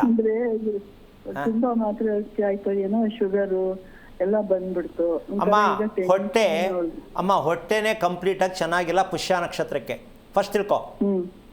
ಈಗ ಹೊಟ್ಟೆನೇ ಚೆನ್ನಾಗಿಲ್ಲ ಅಂದರೆ ಅದು ಊಟ ಮಾಡ್ತಕ್ಕಂಥ ಬಗೆನೇ ಚೆನ್ನಾಗಿಲ್ಲ, ಕರಗಿಸೋದೇ ಚೆನ್ನಾಗಿಲ್ಲ ಅಂದರೆ ಯಾವ್ಯಾವ ಥರ ರೋಗ ಬೇಕು ನಿಮಗೆ, ಎಲ್ಲ ಥರದ್ದು ಬರ್ತದೆ. ಆಮೇಲೆ ಇನ್ನೊಂದೇನು ಅಂತಂದರೆ, ನಮಗೆ ತುಂಬ ಹತ್ತಿರವಾದ ಕಾಯಿಲೆ ಯಾವುದಾಗಿದೆ ನಮ್ಮ ದೇಶಕ್ಕೆ ಅಂದ್ರಮ್ಮ, ಈ ಶುಗರು ಮತ್ತು ಕ್ಯಾನ್ಸರ್. ಈ ಶುಗರು ಕ್ಯಾನ್ಸರು ನಾವು ಆಶ್ಚರ್ಯ ಪಡಬೇಕಾಗಿಲ್ಲ, ಎಲ್ಲ ಮುಚ್ಕೊಂಡಿದೆ ಅಷ್ಟೇ, ಓಪನ್ ಆಗಿಲ್ಲ. ಪ್ರತಿ ಮನೆಗಳು ಎಲ್ರಿಗೂ ಕೌನ್ಸಿಲಿಂಗ್ ಮಾಡಿದ್ರೆ, ಹಾಗಂತ ಹೆದರ್ಕೋಬೇಡಿ ದಯವಿಟ್ಟು. ಪ್ರತಿ ಮನೆಗಳಲ್ಲಿ ಎಲ್ಲರೂ ಕೌನ್ಸಿಲಿಂಗ್ ಮಾಡಿದ್ರೆ ಎಷ್ಟು ಪೇಷಂಟ್ ಸಿಗ್ತಾರೆ ಅಂದರೆ, ಕರೋನಾ ಟೆಸ್ಟ್ ಮಾಡ್ತಿರಲ್ಲ ಹಂಗಾಗತ್ತೆ. ಈ ಕರೋನಾ ಟೆಸ್ಟಿಂಗ್ ಹೆಂಗೋ ಹಿಂಗೆ ನಾವು ಜೀವನದಲ್ಲಿ ಬದುಕ್ತಾ ಇರೋದು. ಅದಕ್ಕೋಸ್ಕರ ಅಮ್ಮ, ನೀನು ಫಸ್ಟ್ ಮಾಡಬೇಕಾದ ಕೆಲಸ ಏನು ಅಂತಂದರೆ, ಕಾಯಿಲೆಗಳು ಏನಕ್ಕೆ ಬರುತ್ತೆ ಅಂದರೆ, ನಮ್ಮ ಪಚನ ಚೆನ್ನಾಗಿಲ್ಲ ಅಂದರೆ, ತಿಂದದ್ದು ಸರಿಯಾದ ರೀತಿ ಕರಗಿಸೋದು ನಮಗೆ ಗೊತ್ತಿಲ್ಲ. ಇದು ಗೊತ್ತಿದ್ರೆ ನಮ್ಮ ದೇಶದಲ್ಲಿ ಹೆದರ್ಕೋಬೇಕಾದ ಅವಶ್ಯಕತೆ ಇಲ್ಲ. ಕರಗಿಸೋದು ಗೊತ್ತಿಲ್ಲ ಅಂತ ಯಾಕೆ ಹೇಳ್ತೀರಿ ಸ್ವಾಮಿ? ಬೆಳಗ್ಗೆ ವಾಕ್ ಮಾಡ್ತೀನಿ, ಸಾಯಂಕಾಲ ವಾಕ್ ಮಾಡ್ತೀನಿ, ಯೋಗ ಮಾಡ್ತೀನಿ, ಜಿಮ್ಗೆ ಹೋಗ್ತೀನಿ, ಇವ್ರನ್ನೆಲ್ಲ ಕೂರಿಸಿ ನಾನು ಹೇಳ್ಕೊಡ್ತೀನಿ. ಏನೂ ವರ್ಕೌಟ್ ಆಗಿಲ್ಲ ಅಲ್ಲಿ. ಏನೂ ಆಗಲ್ಲ. ನೀವು ಯೋಗ ಮಾಡಿ, ಜಿಮ್ಗೆ ಹೋಗಿ, ನೀವೇನೇ ಮಾಡಿ, ವಾಕ್ ಮಾಡಿ, ಏನೂ ವರ್ಕೌಟ್ ಆಗಲ್ಲ. ಕಾರಣ ನಿಮ್ಮ ದೇಹದಲ್ಲಿ ಪಚನವಾಗ್ತಕ್ಕಂಥ ಮಿಷನ್ ಅಂದರೆ ನೀವು ಏನು ಅಂತ ತಿಳ್ಕೋಬೇಕು. ಈಗ ಹೊಟ್ಟೆಯಲ್ಲಿ ಸಮಸ್ಯೆ ಅಂತ ಹೇಳಿದೆ ಅಮ್ಮ. ನಿಜವಾದ ಸಮಸ್ಯೆ ಎಲ್ಲಿ ಗೊತ್ತಾ? ಬಾಯಲ್ಲಿ ಇರುವ ಸಮಸ್ಯೆ ಹೊಟ್ಟೆಯಲ್ಲಿ ಸಮಸ್ಯೆ ಆಗತ್ತೆ. ಅಂದರೆ ಹುಣ್ಣಾಗತ್ತೆ, ಅಲ್ಸರ್ ಆಗತ್ತೆ, ಇನ್ನೂ ಬೇಕಾದಷ್ಟು ಇದೆಯಲ್ಲ ಕ್ಯಾಲ್ಕುಲೇಟ್ ಮಾಡೋದು ಅಲ್ವಾ? ನಮ್ಮ ಬಾಯನ್ನೇ ನಾವು ಇನ್ನೂ ಸರಿ ಮಾಡ್ಕೊಂಡಿಲ್ಲ ಅಂದರೆ ಸರಿಯಾಗಿ ಐತಲ್ಲ, ತಿಂತಾ ಇದ್ದೀವಿ, ಮಾತಾಡ್ತಾ ಇದ್ದೀವಲ್ಲ, ಅದೇ ತಾನೇ ತಿಳ್ಕೊಂಡ್ರೆ ತಪ್ಪಾಗಿರೋದು. ನೀವು ಮಾಡಬೇಕಾದ ಕೆಲಸ ಇಷ್ಟೇ ಅಮ್ಮ. ನೀವೆಲ್ಲೋ ಕೂತ್ಕೊಂಡು ಕರೆ ಮಾಡಿಬಿಟ್ಟು ತಿಳ್ಕೊಳ್ಳೋದಲ್ಲ. ಬಾಳೆ ಎಲೆಯಲ್ಲಿ ತಾಜಾ ಊಟ ಮಾಡಬೇಕು. ಬೆಳಗ್ಗೆ ಮಧ್ಯಾಹ್ನ ಸಂಜೆ ಮಾಡಬಾರ್ದು. ನಿಮ್ಮ ಮಗಳಿಗೆ ಒಂಚೂರು ಹೇಳ್ಕೊಡಿ, ಬಾಳೆ ಎಲೆ ಊಟ ಮಾಡು, ಬಿಸಿ ಊಟ ಮಾಡು. ಬಿಸಿ ಅಂದರೆ ಕೈ ಆಗದೆ ಇರೋದು ಮಟ್ಟಕ್ಕಲ್ಲ, ಆಯಾಗಿ ತಾಜಾ ಮಾಡಿದ ಊಟ ತಿನ್ನಬೇಕು. ಫ್ರಿಡ್ಜಲ್ಲಿರೋದು ಯಾವುದು ಮಾಡಬಾರ್ದು. ಇದನ್ನು ಹೇಳು. ಸ್ವಲ್ಪ ಬೆಳಗ್ಗೆ ಸಂಜೆ ವಾಕ್ ಮಾಡು, ಸ್ವಲ್ಪ ಕ್ಲೀನ್ ಆಗುತ್ತೆ ಅಂತ ಹೇಳು. ತಿಳ್ಕೊಂಡು ಸತ್ಯ ಅಂತ ಗೊತ್ತಾರೆ, ಮುಂದೆ ತಿಳ್ಕೊಳ್ಳಿ ಅಮ್ಮ. ಒಳ್ಳೆಯದಾಗಲಿ. ಕರೆ ಮಾಡಿದ್ದಕ್ಕಾಗಿ ಧನ್ಯವಾದಗಳು ಮಾ. ಗುರುಗಳೇ, ಮತ್ತೊಬ್ರು ಕಾಲರ್ ಇದ್ದಾರೆ. ಹಲೋ ಹಲೋ ಹಲೋ ಸರಸ್ವತಿ ಅವರೇ, ಕೇಳಿಸ್ತಿದ್ಯಾ ನಾನು ಮಾತಾಡ್ತಿರೋದು? ಹೇಳ್ರಿ ಮೇಡಮ್. ಏನಿಲ್ಲಣ್ಣ, ನೀವು ಹೇಳಿ, ಯಾರ ಬಗ್ಗೆ ತಿಳ್ಕೊಬೇಕಿತ್ತು? ಮಗಂದು ಋಷಭ ನಕ್ಷತ್ರ. ಹಲೋ, ನಕ್ಷತ್ರ ತಿಳಿಸಿ. ಭರಣಿ ನಕ್ಷತ್ರ. ಗುರುಗಳಿದ್ದಾರೆ, ಮಾತಾಡಿ. ಹಲೋ ಹಲೋ ಸ್ವಾಮೀಜಿ, ನಮಸ್ಕಾರ. ಹೇಳಮ್ಮ. ಮಗನಿಗೆ ತಿಳ್ಕೊಬೇಕಾಯ್ತು. ಎಷ್ಟು ವಯಸ್ಸು ಮಗನಿಗೆ? 23. ಏನು ಮಾಡ್ತಾ ಇದ್ದಾನೆ? ಎಲೆಕ್ಟ್ರಿಷಿಯನ್ ಮಾಡ್ತಾನೆ. ಏನಾಗಬೇಕಿತ್ತು? ಏನು ಗುರುಜಿ? ಈಗ ನಿಮ್ಮ ಮಗನಿಗೆ ಏನಾಗಬೇಕಿತ್ತಮ್ಮ? ಏನಕ್ಕೆ ಅಂತ ಕೇಳಿದೆ. ಮಗನಿಗೆ ಮುಂದೆ ಭವಿಷ್ಯ ಅಂತ ಕೇಳಬೇಕಾಗಿತ್ತು. ಭವಿಷ್ಯನಾ? ಲವ್ ಮಾಡಲಿಲ್ವಾ ಇನ್ನೂ? ಇಲ್ಲ ಅವೆಲ್ಲ ಇಲ್ಲ ಸರ್. ಅವರು ಹೌದಾ? ಹಂಗಂತೀಯಾ? ಇಲ್ಲ ಅದೆಲ್ಲ ಕೆಲಸ ಏನೋ ಅಷ್ಟೇ. ಒಳ್ಳೆ ಹುಡುಗ. ಗೊತ್ತಾಗೋರ್ಗು ಒಳ್ಳೆ ಹುಡುಗನೇ. ಇಲ್ಲ ಒಬ್ನೇ ಮಗ. ಅಯ್ಯೋ ರಾಮ, 20 ಜನ ಇದ್ರೆ ನಮ್ಮ ಪ್ರಯೋಜನ. ಭರಣಿ ನಕ್ಷತ್ರ ಹುಟ್ಟಿರೋದೇ ಲವ್ ಮಾಡಕ್ಕೆ, ನೀನ್ ಇಲ್ಲ ಇಲ್ಲ ಅನ್ಬಿಟ್ರೆ ಹೆಂಗೆ? ಇಲ್ಲ ಬರಂಗ 20 ವರ್ಷ ನೋಡಿ ಹೆಣ್ಣು ಹೆಂಗೆ ಅಂತ ನಾನು ಕೇಳಕ್ ಓಕೆ. ಅಲ್ಲ ಕಣಮ್ಮ, ನೀನು ಅವನ ಮಾತು ಕೇಳ್ತೀಯ, ಅವನು ನಿನ್ನ ಮಾತು ಕೇಳ್ತಾನ? ಇಬ್ರು ನನ್ನ ಮಾತು ಕೇಳ್ತೀನಿ, ಅವ್ನ ಮಾತು ಕೇಳ್ತೀನಿ. ಅದ್ಯಾಕೆ ಕೇಳಬೇಕು? ಮಕ್ಕಳು ಯಾರ ಮಾತು ಕೇಳಬೇಕು? ಅಪ್ಪ ಅಮ್ಮನ ಮಾತು ಕೇಳಬೇಕು. ನೀನು ಅವನು ಯಾಕೆ ಕೇಳಬೇಕು ಅವನ ಮಾತು ನೀನು, ಅಲ್ವಾ? ಓಕೆ. ಕೋಪ ಮಾಡ್ಕೋತಾನ, ಬೇಜಾರು ಮಾಡ್ಕೋತಾನ? ಕೋಪ ಮಾಡ್ಕೊಂತಾನೆ, ಅದು ನೀನು ಸರಿ ಮಾತಾಡಲ್ಲ. ಸರಿ ರೇಟ್ ಸಿಗ್ತಾನೆ. ನಿಮ್ಮ ಯಜಮಾನ್ರು ಏನು ಮಾಡ್ತಾರೆ? ಯಜಮಾನ್ ಇಲ್ಲ ಸರ್, 7 ವರ್ಷ ತೀರೋಗ್ಯಾರ. ನಾವೇ ತಾಯಿ. ಏನಾಗಿತ್ತು? ಶುಗರು ಆಯ್ತು, ಸೀರಿಯಸ್ ಆಗಿತ್ತು. ಈಗ ನೀವು ಒಬ್ಬನೇ ಮಗ ಅಲ್ವಾ? ಮಗಳು ಒಬ್ಳೆ ಸರ್. ಒಂದು ನಿಮಿಷ. ನಿಮ್ಮ ಯಜಮಾನ್ರು ಊಟನೇ ಆಗ್ತಾ ಇಲ್ವಲ್ಲ, ನೀನು ತಟ್ಟೆ ಖಾಲಿ ಕೊಟ್ಬಿಟ್ಟು ಸುಮ್ಮನೆ ಇದ್ಬಿಟ್ಟಿದ್ಯಾ? ಇಲ್ಲ, ಹಿಂಗೆ ಸರಿ ಚೆನ್ನಾಗ ನೋಡ್ತಿದ್ವಿ. ಅಮ್ಮ, ತಿಥಿಕಾರಿ ಎಲ್ಲಮ್ಮ ಮಾಡ್ತಾ ಇದೀಯಾ ನೀನು? ಹ್ಞೂ ಮಾಡ್ತಾ ಇದೀನಿ. ಏನು ಎಡೆ ಇಕ್ಕೋದು? ಹ್ಞೂ ಮಾಡ್ತಾ ಇದೀವಿ. ಅದೇ ಎಡೆ ಇಕ್ಕೋದು. ಏಪ್ರಿಲ್ 13ಕ್ಕೆ. ತಾಯಿ, ನಿಮ್ಮನ್ನೆಲ್ಲ ಎಲ್ಲಿ ಕರ್ಕೊಂಡೋಗ್ಬಿಡ್ಬೇಕು ನಮ್ಗಂತೂ ನಿಜಕ್ಕೂ ಗೊತ್ತಿಲ್ಲ. ನೀವು ಎಡೆ ಹಾಕೋದು ಬಿಡೋಂಗಿಲ್ಲ, ಮಕ್ಕಳು ಉದ್ಧಾರ ಆಗಂಗಿಲ್ಲ. ಆಮೇಲೆ ಲವ್ ಬೇರೆ ಮಾಡಲ್ಲ, ಒಳ್ಳೆ ಹುಡುಗ ಅಂತೀಯ. ಒಂದಲ್ಲ ಒಂದಿನ ಕುತ್ಕೊಂಡು ನಿನಗೆ ಗೊತ್ತಾಗತ್ತೆ, ಅಯ್ಯಯ್ಯೋ ನನ್ನ ಮಗ ನಿಂಗೇನು ತಂದ್ಕೊಂಡಿರಲ್ಲ ಅಂತ. ಹಂಗಂತ ಲವ್ ಮಾಡ್ತಾನೆ ಅಂತ ಅಲ್ಲ ತಿಳ್ಕೊಳ್ಳೋದು ಬೇಡ. ಒಂದಂತೂ ತಿಳ್ಕೊ, ಭರಣಿ ನಕ್ಷತ್ರಕ್ಕೆ ಯಾವ ಕಾರಣಕ್ಕೂ ನೀನು ಕರೆಕ್ಟಾಗಿ ಎಷ್ಟಗ್ಗ ಕಟ್ಟಾಕಿದ್ರು ಅದು ಹೋಗೋದೇ ಆ ಟ್ರ್ಯಾಕಲ್ಲಿ. ಯಾರೂ ತಪ್ಸೋಕ್ಕಾಗಲ್ಲ. ಎಡೆ ಹಾಕೋರು ಮಕ್ಕಳೆಲ್ಲ ಗ್ಯಾರಂಟಿ. ಎಡೆ ಯಾರ್ಯಾರು ಹಾಕ್ತಾರೆ ಯಾವುದೇ ಊರಲ್ಲಿರಲಿ. ಉದಾಹರಣೆ, ಈಗ ಸಣ್ಣ ಉದಾಹರಣೆ ಕೊಟ್ಬಿಡ್ತೀನಿ ಕಣಮ್ಮ. ಹಾಸನದಲ್ಲೇ ಯಾಕೆ ಏನಾಗ್ತಾ ಇರೋದು? ಹಾಸನದಲ್ಲೇ ಹೃದಯಾಘಾತಗಳು ಯಾಕೆ? ಇನ್ನು ನೋಡಪ್ಪ, ಸಂಶೋಧನೆ ನಡೆಯುತ್ತೆ. ಅಬಾ ನೋಡ್ತಾ ಇದ್ದೀನಿ ಇನ್ಯಾವ ಸಂಶೋಧನೆ ಬರ್ತದೆ ಅಂತ. ಹಾಸನದಲ್ಲೇ ಯಾಕೆ ಹೃದಯಾಘಾತ? ಇದಕ್ಕೆ ಸಂಶೋಧನೆ. ಈಗ ಯಾಕೆ ದಿಕ್ ಸರಿ ಇಲ್ವಾ?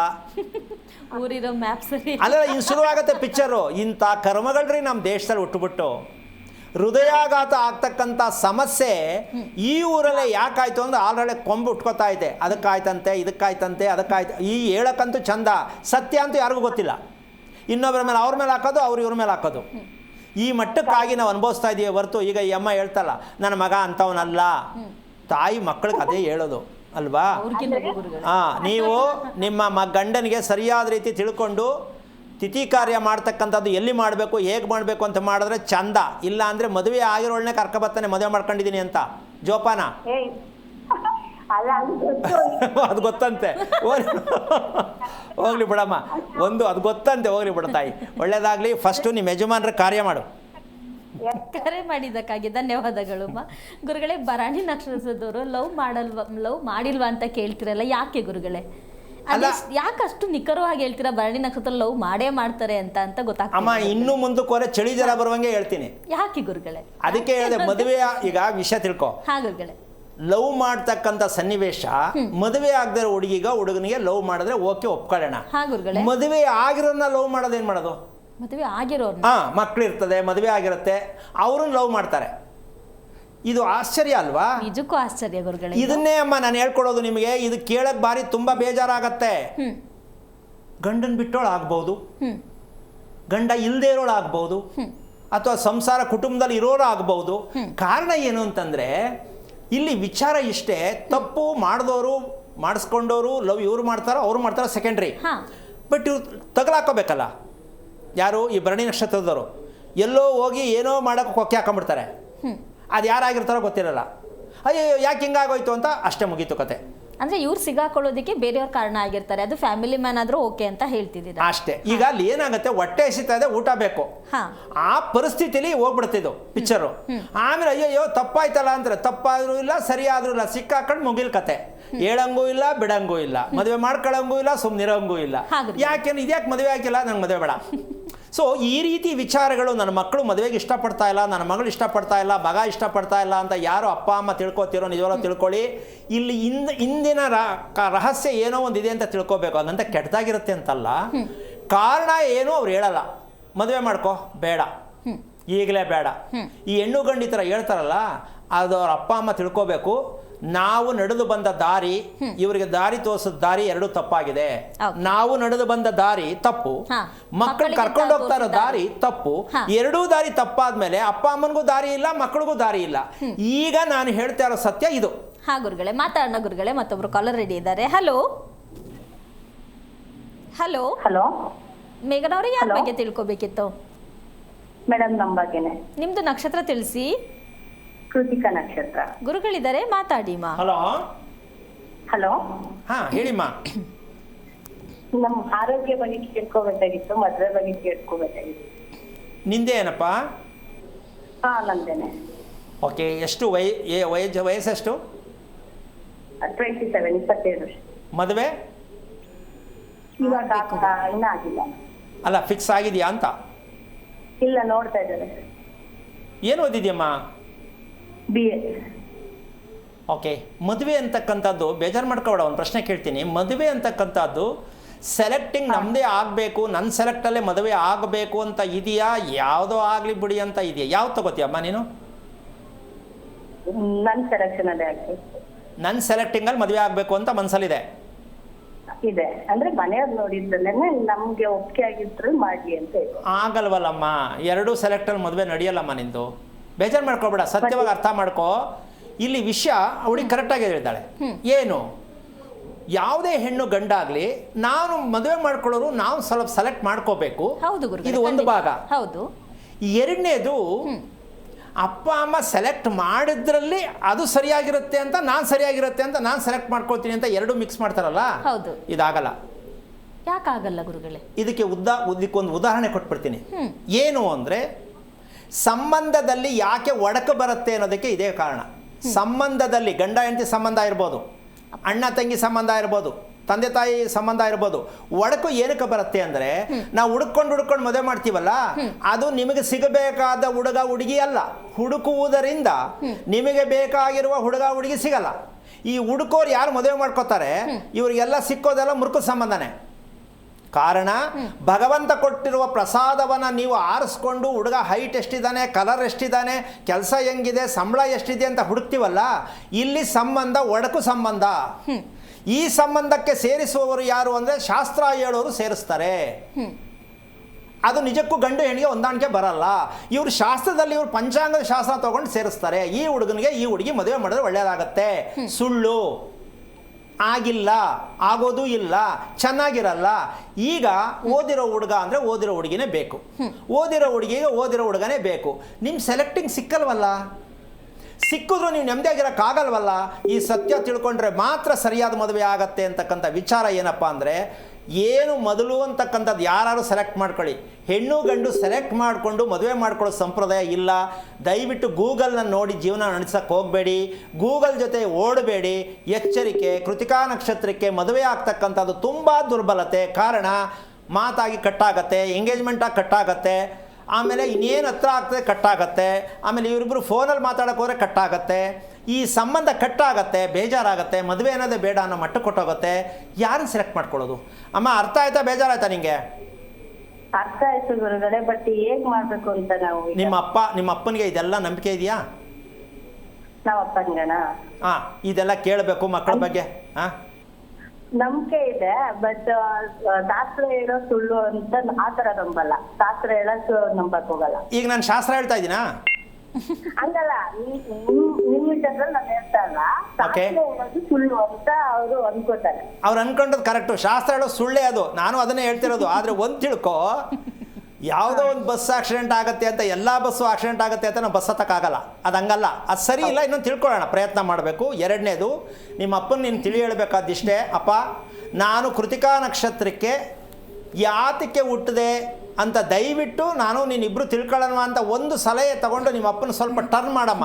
ನಿನ್ನ ಮದುವೆ ಸತ್ಯ ಎಲ್ಲ ಅಲ್ಲಿ ಗೊತ್ತಾಗತ್ತೆ. ತಿಳ್ಕೊತಾಯಿ, ಯೋಚನೆ ಮಾಡಬೇಡ, ಲೇಟ್ ಮಾಡ್ಕೋಬೇಡ. ಹತ್ರ ಬಂದು ಕಟ್ಟಾಗೋ ಸಾಧ್ಯತೆ 80% ಇದೆ. ಭಯ ಬೀಳಬೇಡ, ಕ್ಲೀನ್ ಮಾಡ್ಕೊಂಡು ಮದುವೆ ಮಾಡ್ಕೋ. ಹೆಂಗೆಂಗೋ ಅಡ್ಜಸ್ಟ್ಮೆಂಟ್ ಮದುವೆ ಬೇಡ. ನಿಮ್ಮ ಅಪ್ಪ ಹೇಳಿದ್ದು ಶಾಸ್ತ್ರ ಹೇಳೋದು ಸುಳ್ಳೇ. ಅದು ನಾನು ಅದನ್ನೇ ಹೇಳ್ತೀನಿ. ಆದರೆ ನನಗೆ ಯಾವ ರೀತಿ ಹುಡುಗನನ್ನು ನಾನು ಆರಿಸ್ಕೋಬೇಕಾಗತ್ತೆ ಅಂತ ಅಪ್ಪನಿಗೂ ಗೊತ್ತಾಗಬೇಕು, ನಿನಗೂ ಗೊತ್ತಾಗಬೇಕು. ಅದು ನಿನ್ನ ಕುಂಡಲಿಯಲ್ಲಿ ಇರುತ್ತೆ. ಆ ಸತ್ಯ ತಿಳ್ಕೊ, ಒಳ್ಳೇದಾಗಲಿ, ಯೋಚನೆ ಮಾಡಬೇಡ.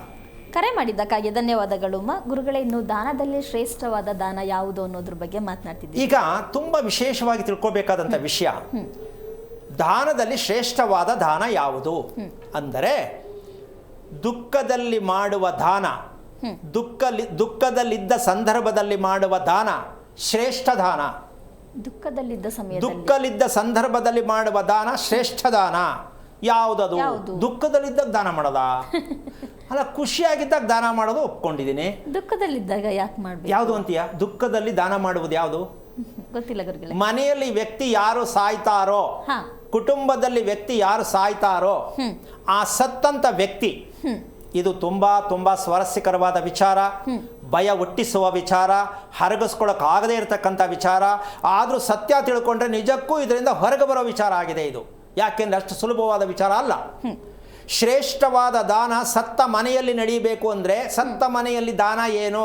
ಜನಕ್ಕೆ ಕರೆದು ಊಟ ಹಾಕೋದು, ಸಮಾಧಿ ಪೂಜೆ ಮಾಡ್ಕೊಂಬರೋದು, ಕಾಶಿಗೆ ಹೋಗ್ಬಿಟ್ಟು ತರ್ಪಣ ಕೊಟ್ಟು ಬರೋದು, ಇದು ದಾನ ಅಂತ ನಮ್ಮ ಜನ ತಿಳ್ಕೊಂಡಿರೋದು. ಅಪ್ರಾಣೆ ಅಲ್ಲ. ಭಗವಂತನೇ ಪ್ರತ್ಯಕ್ಷವಾದರೂ ಕೂಡ ನಮ್ಮನ್ನು ರಕ್ಷಣೆ ಮಾಡೋಕ್ಕಾಗಲ್ಲ. ನಿನ್ನ ಕರ್ಮ ಇನ್ನೂ ತೊಳೆದಿಲ್ಲ, ದೂರ ಇರುವಂಥ ಭಗವಂತ ಮರೆ ಆಗ್ತಾನಂತೆ. ಈ ಒಂದು ದೊಡ್ಡ ಅಪವಾದ ನಾವು ಜೀವನದಲ್ಲಿ ಅನುಭವಿಸ್ತಾ ಇದ್ದೀವಿ. ಏನದು ಅಂದರೆ, ದಯವಿಟ್ಟು ಇವತ್ತು ಯಾರು ಬೇಕಾದ್ರೂ ಬರೆದಿಟ್ಕೊಳ್ಳಿ. ನಿಮ್ಮ ಮನೆಯಲ್ಲಿ ಸತ್ತಿರ್ತಕ್ಕಂಥ ವ್ಯಕ್ತಿಗಳು ನಿಮ್ಮ ಹಿರೀಕರು. ನಂಬರ್ 1 ರಾತ್ರಿಯಲ್ಲಿ ಸತ್ತವರು. ನಂಬರ್ 2 ಕೃಷ್ಣ ಪಕ್ಷದಲ್ಲಿ ಸತ್ತವರು. ನಂಬರ್ 3 ದಕ್ಷಿಣಾಯನದಲ್ಲಿ ಸತ್ತವರು. ನಂಬರ್ 4 ದುರಂತವಾಗಿ ಸತ್ತು ಶವವನ್ನು ಮನೆಗೆ ತರ್ತಕ್ಕಂಥದ್ದು. ಈ ಸತ್ಯ ನಿಮ್ಮ ಕುಟುಂಬದಲ್ಲಿ ಯಾರು ನಡೆದಿದ್ದಾರೋ ಅವರಿಗೆ ನೀವು ನಿಜವಾಗ್ಲೂ ದಾನ ಮಾಡಬೇಕಾದದ್ದು ಗೋವು ದಾನ ಮಾಡಬೇಕು, ಚಿನ್ನವನ್ನು ದಾನ ಮಾಡಬೇಕು. ಸತ್ತವರು ಎಲ್ಲ ಒಂದೇ ತಿಥಿ, ನಾವು ಮಾಡುತ್ತಿರುವುದು ಎಲ್ಲರಿಗೂ ಒಂದೇ ತಿಥಿ. ವಿಷ ಕುಡಿದವನಿಗೂ ಒಂದೇ, ಆತ್ಮಹತ್ಯೆ ಮಾಡ್ಕೊಂಡವನಿಗೂ ಒಂದೇ, ಆಕ್ಸಿಡೆಂಟ್ ಆದವನಿಗೂ ಒಂದೇ, ಶುಕ್ಲ ಪಕ್ಷ ಸತ್ತವನಿಗೂ ಒಂದೇ, ಹಗಲಲ್ಲಿ ಸತ್ತವನಿಗೂ ಒಂದೇ. ಇಲ್ಲ ರೀ, ಸತ್ಯ ಅಲ್ಲವೇ ಅಲ್ಲ ಇದು. ಅದೇ ರೀತಿ ಹುಟ್ಟಿದ ಮಕ್ಕಳಿಗೂ ಅದೇ ರೀತಿ ಸಮಸ್ಯೆ ಇರತಕ್ಕಂಥದ್ದೇ ನಕ್ಷತ್ರಕ್ಕೆ ನಾನು ಹೊಂದಾಣಿಕೆ ಕೊಡ್ತಾ ಇರೋದು. ಯಾಕೆ ಅಂದರೆ ಶುಕ್ಲ ಪಕ್ಷದಲ್ಲಿ ಹುಟ್ಟಿದ ಮಗು ಏನು ಕೊಟ್ಟುತ್ತೆ, ಶುಕ್ಲ ಪಕ್ಷದಲ್ಲಿ ಸತ್ತವನು ಯಾವ ರೀತಿ ಮತ್ತೆ ಅವನಿಗೆ ಯಾವ ಕಾರಣಕ್ಕೂ ಜನ್ಮ ಅಂತಕ್ಕಂಥದ್ದು ಬರಲಿಕ್ಕೆ ತುಂಬ ದೂರ. ಯಾವುದರಲ್ಲಿ? ಉತ್ತರಾಯಣದಲ್ಲಿ, ಶುಕ್ಲ ಪಕ್ಷದಲ್ಲಿ, ಹಗಲಿನಲ್ಲಿ ಸಾಯುವ ವ್ಯಕ್ತಿಗೆ ಮತ್ತೆ ಯಾವ ಕಾರಣಕ್ಕೂ ಹುಟ್ಟು ಸಾವಿನ ವಿಚಾರ ಸ್ವಲ್ಪ ದೂರ ಆಗತ್ತೆ. ಯಾಕೆಂದ್ರೆ ಅವರು ಸಾಲ ತೀರ್ತು ಹೋಗಿದ್ದಾರೆ ಅಂತ ಅರ್ಥ. ಈ ಕೃಷ್ಣ ಪಕ್ಷ ದಕ್ಷಿಣಾಯನದಲ್ಲಿ ರಾತ್ರಿಯಲ್ಲಿ ಸತ್ತವರಿಗೆ ಇವರು ಮತ್ತೆ ರಿಪೀಟ್ ಆಗಿ ನಿಮ್ಮ ಶತ್ರುಗಳಾಗಿ ಸೊಸೆಯ ರೂಪದಲ್ಲಿ, ಅಳಿಯ ರೂಪದಲ್ಲಿ, ಮಗುವಿನ ರೂಪದಲ್ಲಿ, ಗಂಡನ ರೂಪದಲ್ಲಿ, ಮನೆಯ ಕೆಲಸದ ರೂಪದಲ್ಲಿ, ಮನೆಯ ನಾಯಿ ರೂಪದಲ್ಲಿ ನಿಮ್ಮ ಮನೆಗೆ ಬಂದು ನಿಮ್ಮ ಮನೆಯನ್ನು ಅಲ್ಲೋಲ ಕಲ್ಲೋಲ ಮಾಡ್ತಕ್ಕಂತಹ ಒಂದು ದೊಡ್ಡ ದುರಂತ ನಡೆಸೋದಕ್ಕೋಸ್ಕರ ನಿಮ್ಮ ಮನೆಯಲ್ಲಿ ಬರ್ತಾರೆ ಹೊರತು, ಎಷ್ಟೋ ಮನೆಗಳಲ್ಲಿ ನೋಡಿ ಅಳಿಯ ಸಿಕ್ಕದ ನಮ್ ಕಾಟ ನೋಡಪ್ಪ ಅಂತಾರೆ, ಸೊಸೆ ಸಿಕ್ಕಿದ್ಲು ಯಾಕಾರು ಬೇಕಪ್ಪ ಅಂತಾರೆ, ಮಗ ಹುಡ್ತಾ ಏನಕ್ಕಪ್ಪ ಇಂಥ ಮಗ ಬೇಕು ಅಂತಾರೆ. ಇವರೆಲ್ಲ ನಿಮ್ಮವರೇ, ಬೇರೆಯವರಲ್ಲ. ಕಾರಣ ನೀವು ಸಾವು ಅಂತಕ್ಕಂಥದ್ದನ್ನ ಹುಟ್ಟನ್ ಕೇಳಕ್ ಹೋಗ್ತಾರೆ ಕಣಮ್ಮ ನಾವು. ಏನ್ ಹೇಳು? ಹುಟ್ಟದ್ ಮಾತ್ರ ನನ್ನ ಮಗನ ಮುಂದಿನ ಭವಿಷ್ಯ ಏನು, ನನ್ನ ಮಗಳ ಆರೋಗ್ಯ ಏನು ಅಂತ ಯಾರು ಕೇಳಲ್ಲ. ನನ್ನ ಮಗು ಮುಂದೆ ಓದುತ್ತಾ ನೋಡಿ, ಫಾರಿನ್ಗೆ ಹೋಗುತ್ತಾ ನೋಡಿ ಅಂತ ಕೇಳ್ತಿರಲ್ಲ. ಸತ್ತ ವ್ಯಕ್ತಿಯನ್ನ ಯಾವ ದಿನದಲ್ಲಿ ಸತ್ತಾಗ ಆ ವ್ಯಕ್ತಿ ನಮ್ಮ ವಂಶಕ್ಕೆ ಮತ್ತೆ ಯಾವ ರೂಪದಲ್ಲಿ ಪಾದಾರ್ಪಣೆ ಮಾಡ್ತಾರೆ, ಅವ್ರು ಬಂದು ನಮ್ಮನ್ನು ಎಷ್ಟು ಕಾಟ ಕೊಡ್ತಾರೆ ಅಥವಾ ನಮ್ಗೆ ಎಷ್ಟು ಅನುಕೂಲ ಮಾಡಿಕೊಡ್ತಾರೆ, ಈ ಸತ್ಯವನ್ನ ಹೇಳೋರು ಕೇಳೋರು ಪ್ರಪಂಚದಲ್ಲಿ ಎಲ್ಲರೂ ಇದ್ದಾರೆ. ಈಗ ನಾನು ಹೇಳಿದ ವಿಷಯ ಯಾರಾದ್ರೂ ಹೋಗಿ ಕೇಳಿದ್ರೆ ಅವರು ಓಡಾಡ್ಸ್ಕೊಂಡು ಬಂದ್ಬಿಡ್ತಾರೆ ಈಚೆಗೆ. ಸತ್ತ ಬುಡಮ್ಮ ಅಷ್ಟೇ ಆಯಸ್ಸಿದ್ದು. ಇಂಥ ಕಂತ್ರಿಗಳು ನಮ್ಮ ದೇಶದಲ್ಲಿ ತುಂಬಿರೋರು. ಯಾರೇ ಸಾಯ್ಲಿ, ಸ್ವಾಮಿ ಆಯ್ಸಿತ್ತ, ಇವ್ರು ಕೇಳೋ ಪ್ರಶ್ನೆ, ಸ್ವಾಮಿ ಆಯ್ಸಿತ್ತ ಇಷ್ಟೇನಾ? ಅಷ್ಟೇ ಕಣಮ್ಮ. ಯಾಕೆ ಹೋದ್ರು ಅದನ್ನೇ ಕೇಳೋದು ಗುರುಗಳೇ. ಅಡಿಗೆ ಮನೇಲಿದ್ರು ಸತ್ತೋಗ್ತಿದ್ದ ಅವನು, ಆಯ್ತಾ? ಸುಮ್ಮನೆ ನೆಮ್ಮದಿಯಾಗಿದ್ದು ಬಿಡು, ಅವ್ನಿಗೆ ಅಷ್ಟೇ ಆಯಸ್ಸಿದ್ದು. ಇವರೇ ಸರ್ಟಿಫಿಕೇಟ್ ಕೊಟ್ಬಿಡ್ತಾರೆ, ಅದನ್ನ ಹಿಡ್ಕೊಂಡು ಇವ್ರು ಬೀರ್ಲು ಮಾಡ್ಕೊಂಡ್ಬಿಡ್ತಾರೆ. ಏನೂ ಆಗಲ್ವಂತೆ, ಭಾರಿ ಒಳ್ಳೇದಂತೆ ಅಂತ. ಹುಟ್ಟು ಒಳ್ಳೇದಲ್ಲ, ಸಾವು ಒಳ್ಳೇದಲ್ಲ. ತಿಳ್ಕೊಂಡ್ರೆ ಹುಟ್ಟು ಒಳ್ಳೇದೆ, ಸಾವು ಒಳ್ಳೇದೆ. ತಿಳಿದೇ ಇದ್ದಾಗ ಎರಡು ತಪ್ಪೆ. ಅರ್ಥ ಆಯ್ತಲ್ಲ ಈಗ? ಅದಕ್ಕೆ ಹೇಳೋದು ಒಳ್ಳೇದು ಅಂತ ದಯವಿಟ್ಟು ಎಲ್ಲೂ ಹುಡುಕಬೇಡಿ. ಅದಕ್ಕೊಂದು ಸಣ್ಣ ಉದಾಹರಣೆ ಕೊಡ್ತೀನಿ. ಅಮೃತ ಗಳಿಗೆಯಲ್ಲಿ ಒಳ್ಳೆ ಕೆಲಸಗಳನ್ನ ಮಾಡಬೇಕು ಅಂತ ಶಾಸ್ತ್ರಾಯಗಳು ಗಣಪಂಡಿತಗಳು ಹೇಳ್ತಾರೆ. ಅಮೃತ ಗಳಿಗೆಯಲ್ಲಿ ಒಳ್ಳೆಯ ಕೆಲಸಗಳನ್ನ ಮಾಡಿದ್ರೆ ತುಂಬಾ ಒಳ್ಳೇದು. ಅಮೃತಗಳಿಗೆ ಯಾವಾಗ ಸಿಕ್ಕತ್ತೆ ಅಂತ ಶಾಸ್ತ್ರ ಕೇಳ್ತಾರೆ. ಅವರು ಜೋರಾಗಿ ಬರ್ಕೊಟ್ಬಿಡ್ತಾರೆ. ಆ ಅಮೃತಗಳಿಗೆ ನಿಜಕ್ಕೂ ಯಾವಾಗ ಸಿಗುತ್ತೆ ಅಂದ್ರೆ, ಬೆಳಗಿನ ಹಾಸಿಗೆಯಿಂದ ಬೆಳಗ್ಗೆ ಹೇಳ್ತಾರಲ್ಲಮ್ಮ, ಅದು ಅಮೃತಗಳಿಗೆ. ರಾತ್ರಿ ಕರೆಕ್ಟಾಗಿ ಮಲ್ಕೊಂಡ ತಕ್ಷಣ ನಿದ್ದೆ ಬರುತ್ತಲ್ಲ, ಅದು ಅಮೃತಗಳಿಗೆ. ಮಲ್ಗೋದು ಎದ್ದೇಳೋದು. ಮಲ್ಕೊಂಡ ತಕ್ಷಣ ನಿದ್ದೆ ಬರುತ್ತೆ, ಅದೇ ಅಮೃತಗಳಿಗೆ.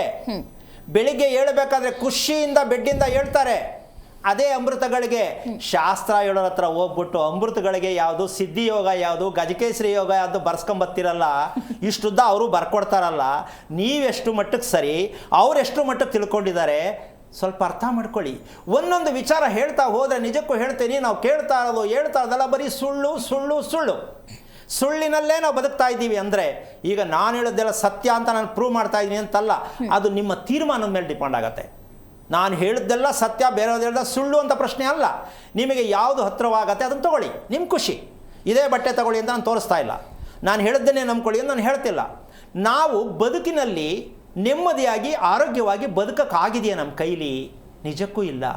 ಹಾಗಿದ್ದ ಮೇಲೆ ನಾವು ಯಾವ ಮಟ್ಟಕ್ಕೆ ನಾವು ಅನುಭವಿಸ್ತಾ ಇದ್ದೀವಿ ಅಂತಕ್ಕಂಥ ಸತ್ಯ ಕಾರಣ ತಿಳ್ಕೊಬೇಕಾ ಬೇಡವಾ? ಇಷ್ಟೆಲ್ಲ ಹೇಳಿದ್ದೆಲ್ಲ ವಿಚಾರವಾಗಿ, ಮಾನಸಿಕವಾಗಿ, ದೈಹಿಕವಾಗಿ, ಮನೋದೈಹಿಕವಾಗಿ, ಆಧ್ಯಾತ್ಮಿಕವಾಗಿ ಇಷ್ಟು ಮನುಷ್ಯನಿಗೆ ಬೇಕು ಅಂತ ಹೇಳ್ತಾರೆ. ಇದಿಷ್ಟು ಸಿಗೋದು ಯಾವುದರಿಂದ ಗೊತ್ತೇನಮ್ಮ? ಯಾವ್ದ್ರಿಂದ ಇರ್ಬೋದು? ನಿದ್ದೆಯಿಂದ ಗುರುಗಳೇ. ಊಟ ಮಾಡೋದ್ರಿಂದ ರೀ. ಇದಿಷ್ಟು ಕಾನ್ಸೆಪ್ಟ್ ಬರೇ ಊಟದಲ್ಲಿ ಹಂಗಂತ ನಾವು ಊಟ ಮಾಡ್ತಾ ಇದ್ದೀವಲ್ಲ ಅಂದ್ರೆ ನಾನು ಉತ್ತರ ಕೊಡಕ್ಕಾಗಲ್ಲ. ಯಾವ ಊಟ ನೀವು ಮಾಡ್ತಾ ಇರೋದು? ನುಂಗುವ ಊಟವನ್ನ ಮಾಡುತ್ತಿದ್ದೀರಾ? ಯಾವುದು? ನುಂಗುವ ಊಟ. ನುಂಗುವ ಊಟವನ್ನು ಮಾಡುತ್ತಿದ್ದೀರಾ, ನಿಮ್ಮ ಮಕ್ಕಳಿಗೂ ಕಲಿಸಿದ್ದೀರಾ, ನಿಮ್ಮ ಮಕ್ಕಳು ಅದನ್ನೇ ಮಾಡುತ್ತಿದ್ದಾರೆ.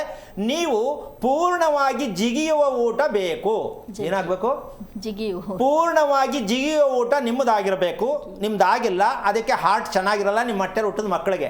ಅದು ಪಕ್ಕ ಪಕ್ಕ ಪಕ್ಕ ಪಕ್ಕ ಅಂತ ಭಯ ಆಗ್ತಿರ್ತದೆ. ಮಗು ಎಕ್ಸಾಮ್ಗೆ ಹೋಗಕ್ಕೂ ಭಯ, ಮದುವೆ ಮಾಡ್ಕೊಳ್ಳೋಕ್ಕೂ ಭಯ. ಯಾಕೆ ನನ್ನ ಮಗ ಇಷ್ಟೊಂದು ಭಯ ಅಂತ ನೀವು ಯಂತ್ರ ಹಾಕ್ಸಿದ್ರೆ ಯಾರು ತಪ್ಪು? ಹಗಿಯೋದ್ರಿಂದ ಮನುಷ್ಯನಿಗೆ ಧೈರ್ಯ ಬರುತ್ತೆ, ಆರೋಗ್ಯ ಬರುತ್ತೆ ಅಂತ ಸತ್ಯ ಯಾವ್ದಾರು ಯೂನಿವರ್ಸಿಟಿ ಇದೆಯೇನಮ್ಮ? ನಿಜಕ್ಕೂ ಇಲ್ಲ. ಇದು ನಮ್ಮ ಯೂನಿವರ್ಸಿಟಿಲಿದೆ. ನೀವು ಅಡ್ಮಿಷನ್ ಆಗ್ತೀನಿ ಅಂದರೆ ನಾವು ಸೇರಿಸ್ಕೋತೀವಿ. ಯಾವಾಗ? ನಿಮ್ಮಲ್ಲಿ ನಂಬಿಕೆ ಬರಬೇಕು, ಕಾಯಬೇಕು, ತಾಳ್ಮೆ ಇರಬೇಕು. ಹಂಗಿದ್ರೆ ಮಾತ್ರ ನಮ್ಮ ಯೂನಿವರ್ಸಿಟಿಲಿ ನಿಮ್ಗೆ ಅಡ್ಮಿಷನ್ ಮಾಡ್ಕೊಳ್ಳೋಣ. ಈ ಅಡ್ಮಿಷನ್ ಮಾಡ್ಕೊಳ್ಳೋದು ಅನ್ನೋದಕ್ಕಿಂತ ಹೆಚ್ಚಾಗಿ ನೀವು ರೆಡಿ ಇದ್ದೀರಾ ಅದನ್ನು ಡಿಸೈಡ್ ಮಾಡಿ. ನಾವು ಮಾಡ್ಕೊಳ್ಳೋಕ್ಕೆ ನಾವು ರೆಡಿ ಇಲ್ಲ. ನೀವು ಅಡ್ಮಿಷನ್ ಆಯ್ತು, ನಾವು ಮಾಡ್ಕೋತೀವಿ. ಆದರೆ ಸತ್ಯ ತಿಳ್ಕೋಬೇಕು, ಪ್ರತಿಯೊಂದು ಕೂಡ ಭಗವಂತ ಪ್ರತಿ ಅನ್ನದ ಹಗಳಲ್ಲಿ ವಾಸ ಮಾಡ್ತಾರೆ. ಈ ಅನ್ನದ ಹಗಳನ್ನು ಭಗವಂತ ಅಂತ ಯಾವತ್ತು ತಿಳ್ಕೊತೀರೋ, ನಿಮ್ಮ ಮಕ್ಕಳಿಗೆ ಇದನ್ನು ಹೇಳ್ಕೊಡ್ತೀರೋ, ಆವತ್ತು ನಿಮ್ಮ ಮನೆಯಲ್ಲಿ ಆರೋಗ್ಯ ಅನ್ನೋದು ಸ್ಟಾರ್ಟ್ ಆಗುತ್ತೆ. ಹಂಗಂತ ನಾನು ಹೇಳಿದ ತಕ್ಷಣ ಇವಾಗ ಜಿಗಿಯೋದು ಹೆಂಗೆ ಅಂತ ಯೋಚನೆ ಮಾಡ್ತಾ ಇದ್ದೀರಲ್ವಾ? ತುಂಬ ಕಷ್ಟ ಇದೆ. ಯಾಕೆ ಅಂದರೆ ಹೇಳ್ದಷ್ಟು ಸುಲಭ ಅಲ್ಲ. ಹಾಗಂತ ಎದುರ್ಕೊಳ್ಳೋದಲ್ಲ. ಏನು ಮಾಡಬೇಕು? ಕಾಯಲೇಬೇಕು. ಹೇಳ್ತಾ ಇರ್ತೀನಿ, ಪ್ರಯತ್ನ ಮಾಡಿ, ಮಕ್ಕಳಿಗೂ ತಿಳಿಸ್ಕೊಡಿ. ಜೀವನದಲ್ಲಿ ಕೇಳಕ್ಕೆ ಹೋಗ್ಬೇಡಿ ಭವಿಷ್ಯವನ್ನು ನೀವೇ ನಿಮ್ಮ ಕೈಯಲ್ಲಿದೆ ಅಂತ ಹೇಳ್ತಾ ಕಾರ್ಯಕ್ರಮ ಮುಗಿಸ್ತಾ ಇದ್ದೀನಿ. ಜೈ ಶ್ರೀರಾಮ್. ಗುರುಗಳೇ, ಕಾರ್ಯಕ್ರಮಕ್ಕೆ ಬಂದಿದ್ದಕ್ಕಾಗಿ ಧನ್ಯವಾದಗಳು. ನೋಡಿದ್ರಲ್ಲ ವೀಕ್ಷಕರೇ, ದಾನದಲ್ಲಿ ಶ್ರೇಷ್ಠವಾದ ದಾನ ಯಾವುದು ಅನ್ನೋದನ್ನ ಇವತ್ತಿನ ಕಾರ್ಯಕ್ರಮದಲ್ಲಿ ತಿಳ್ಕೊಂಡ್ರಿ ಅಂತ ಭಾವಿಸ್ತಾ ಕಾರ್ಯಕ್ರಮನ ಮುಗಿಸ್ತಾ ಇದ್ದೀನಿ. ನಮಸ್ಕಾರ. ಹೆಚ್ಚಿನ ಮಾಹಿತಿಗಾಗಿ ಸಂಪರ್ಕಿಸಿ ಶ್ರೀಮಾನ್ ಶ್ರೀ ಪುರುಷೋತ್ತಮ್ ದೇಶಿಕ್ ಗುರೂಜಿ, ಶ್ರೀ ಧರ್ಮ ಮಾರ್ಗ ಕಚೇರಿ, ಸಂಖ್ಯೆ 532, ಮಲಥಳಿ ಮುಖ್ಯ ರಸ್ತೆ, ಬೆಂಗಳೂರು 560056.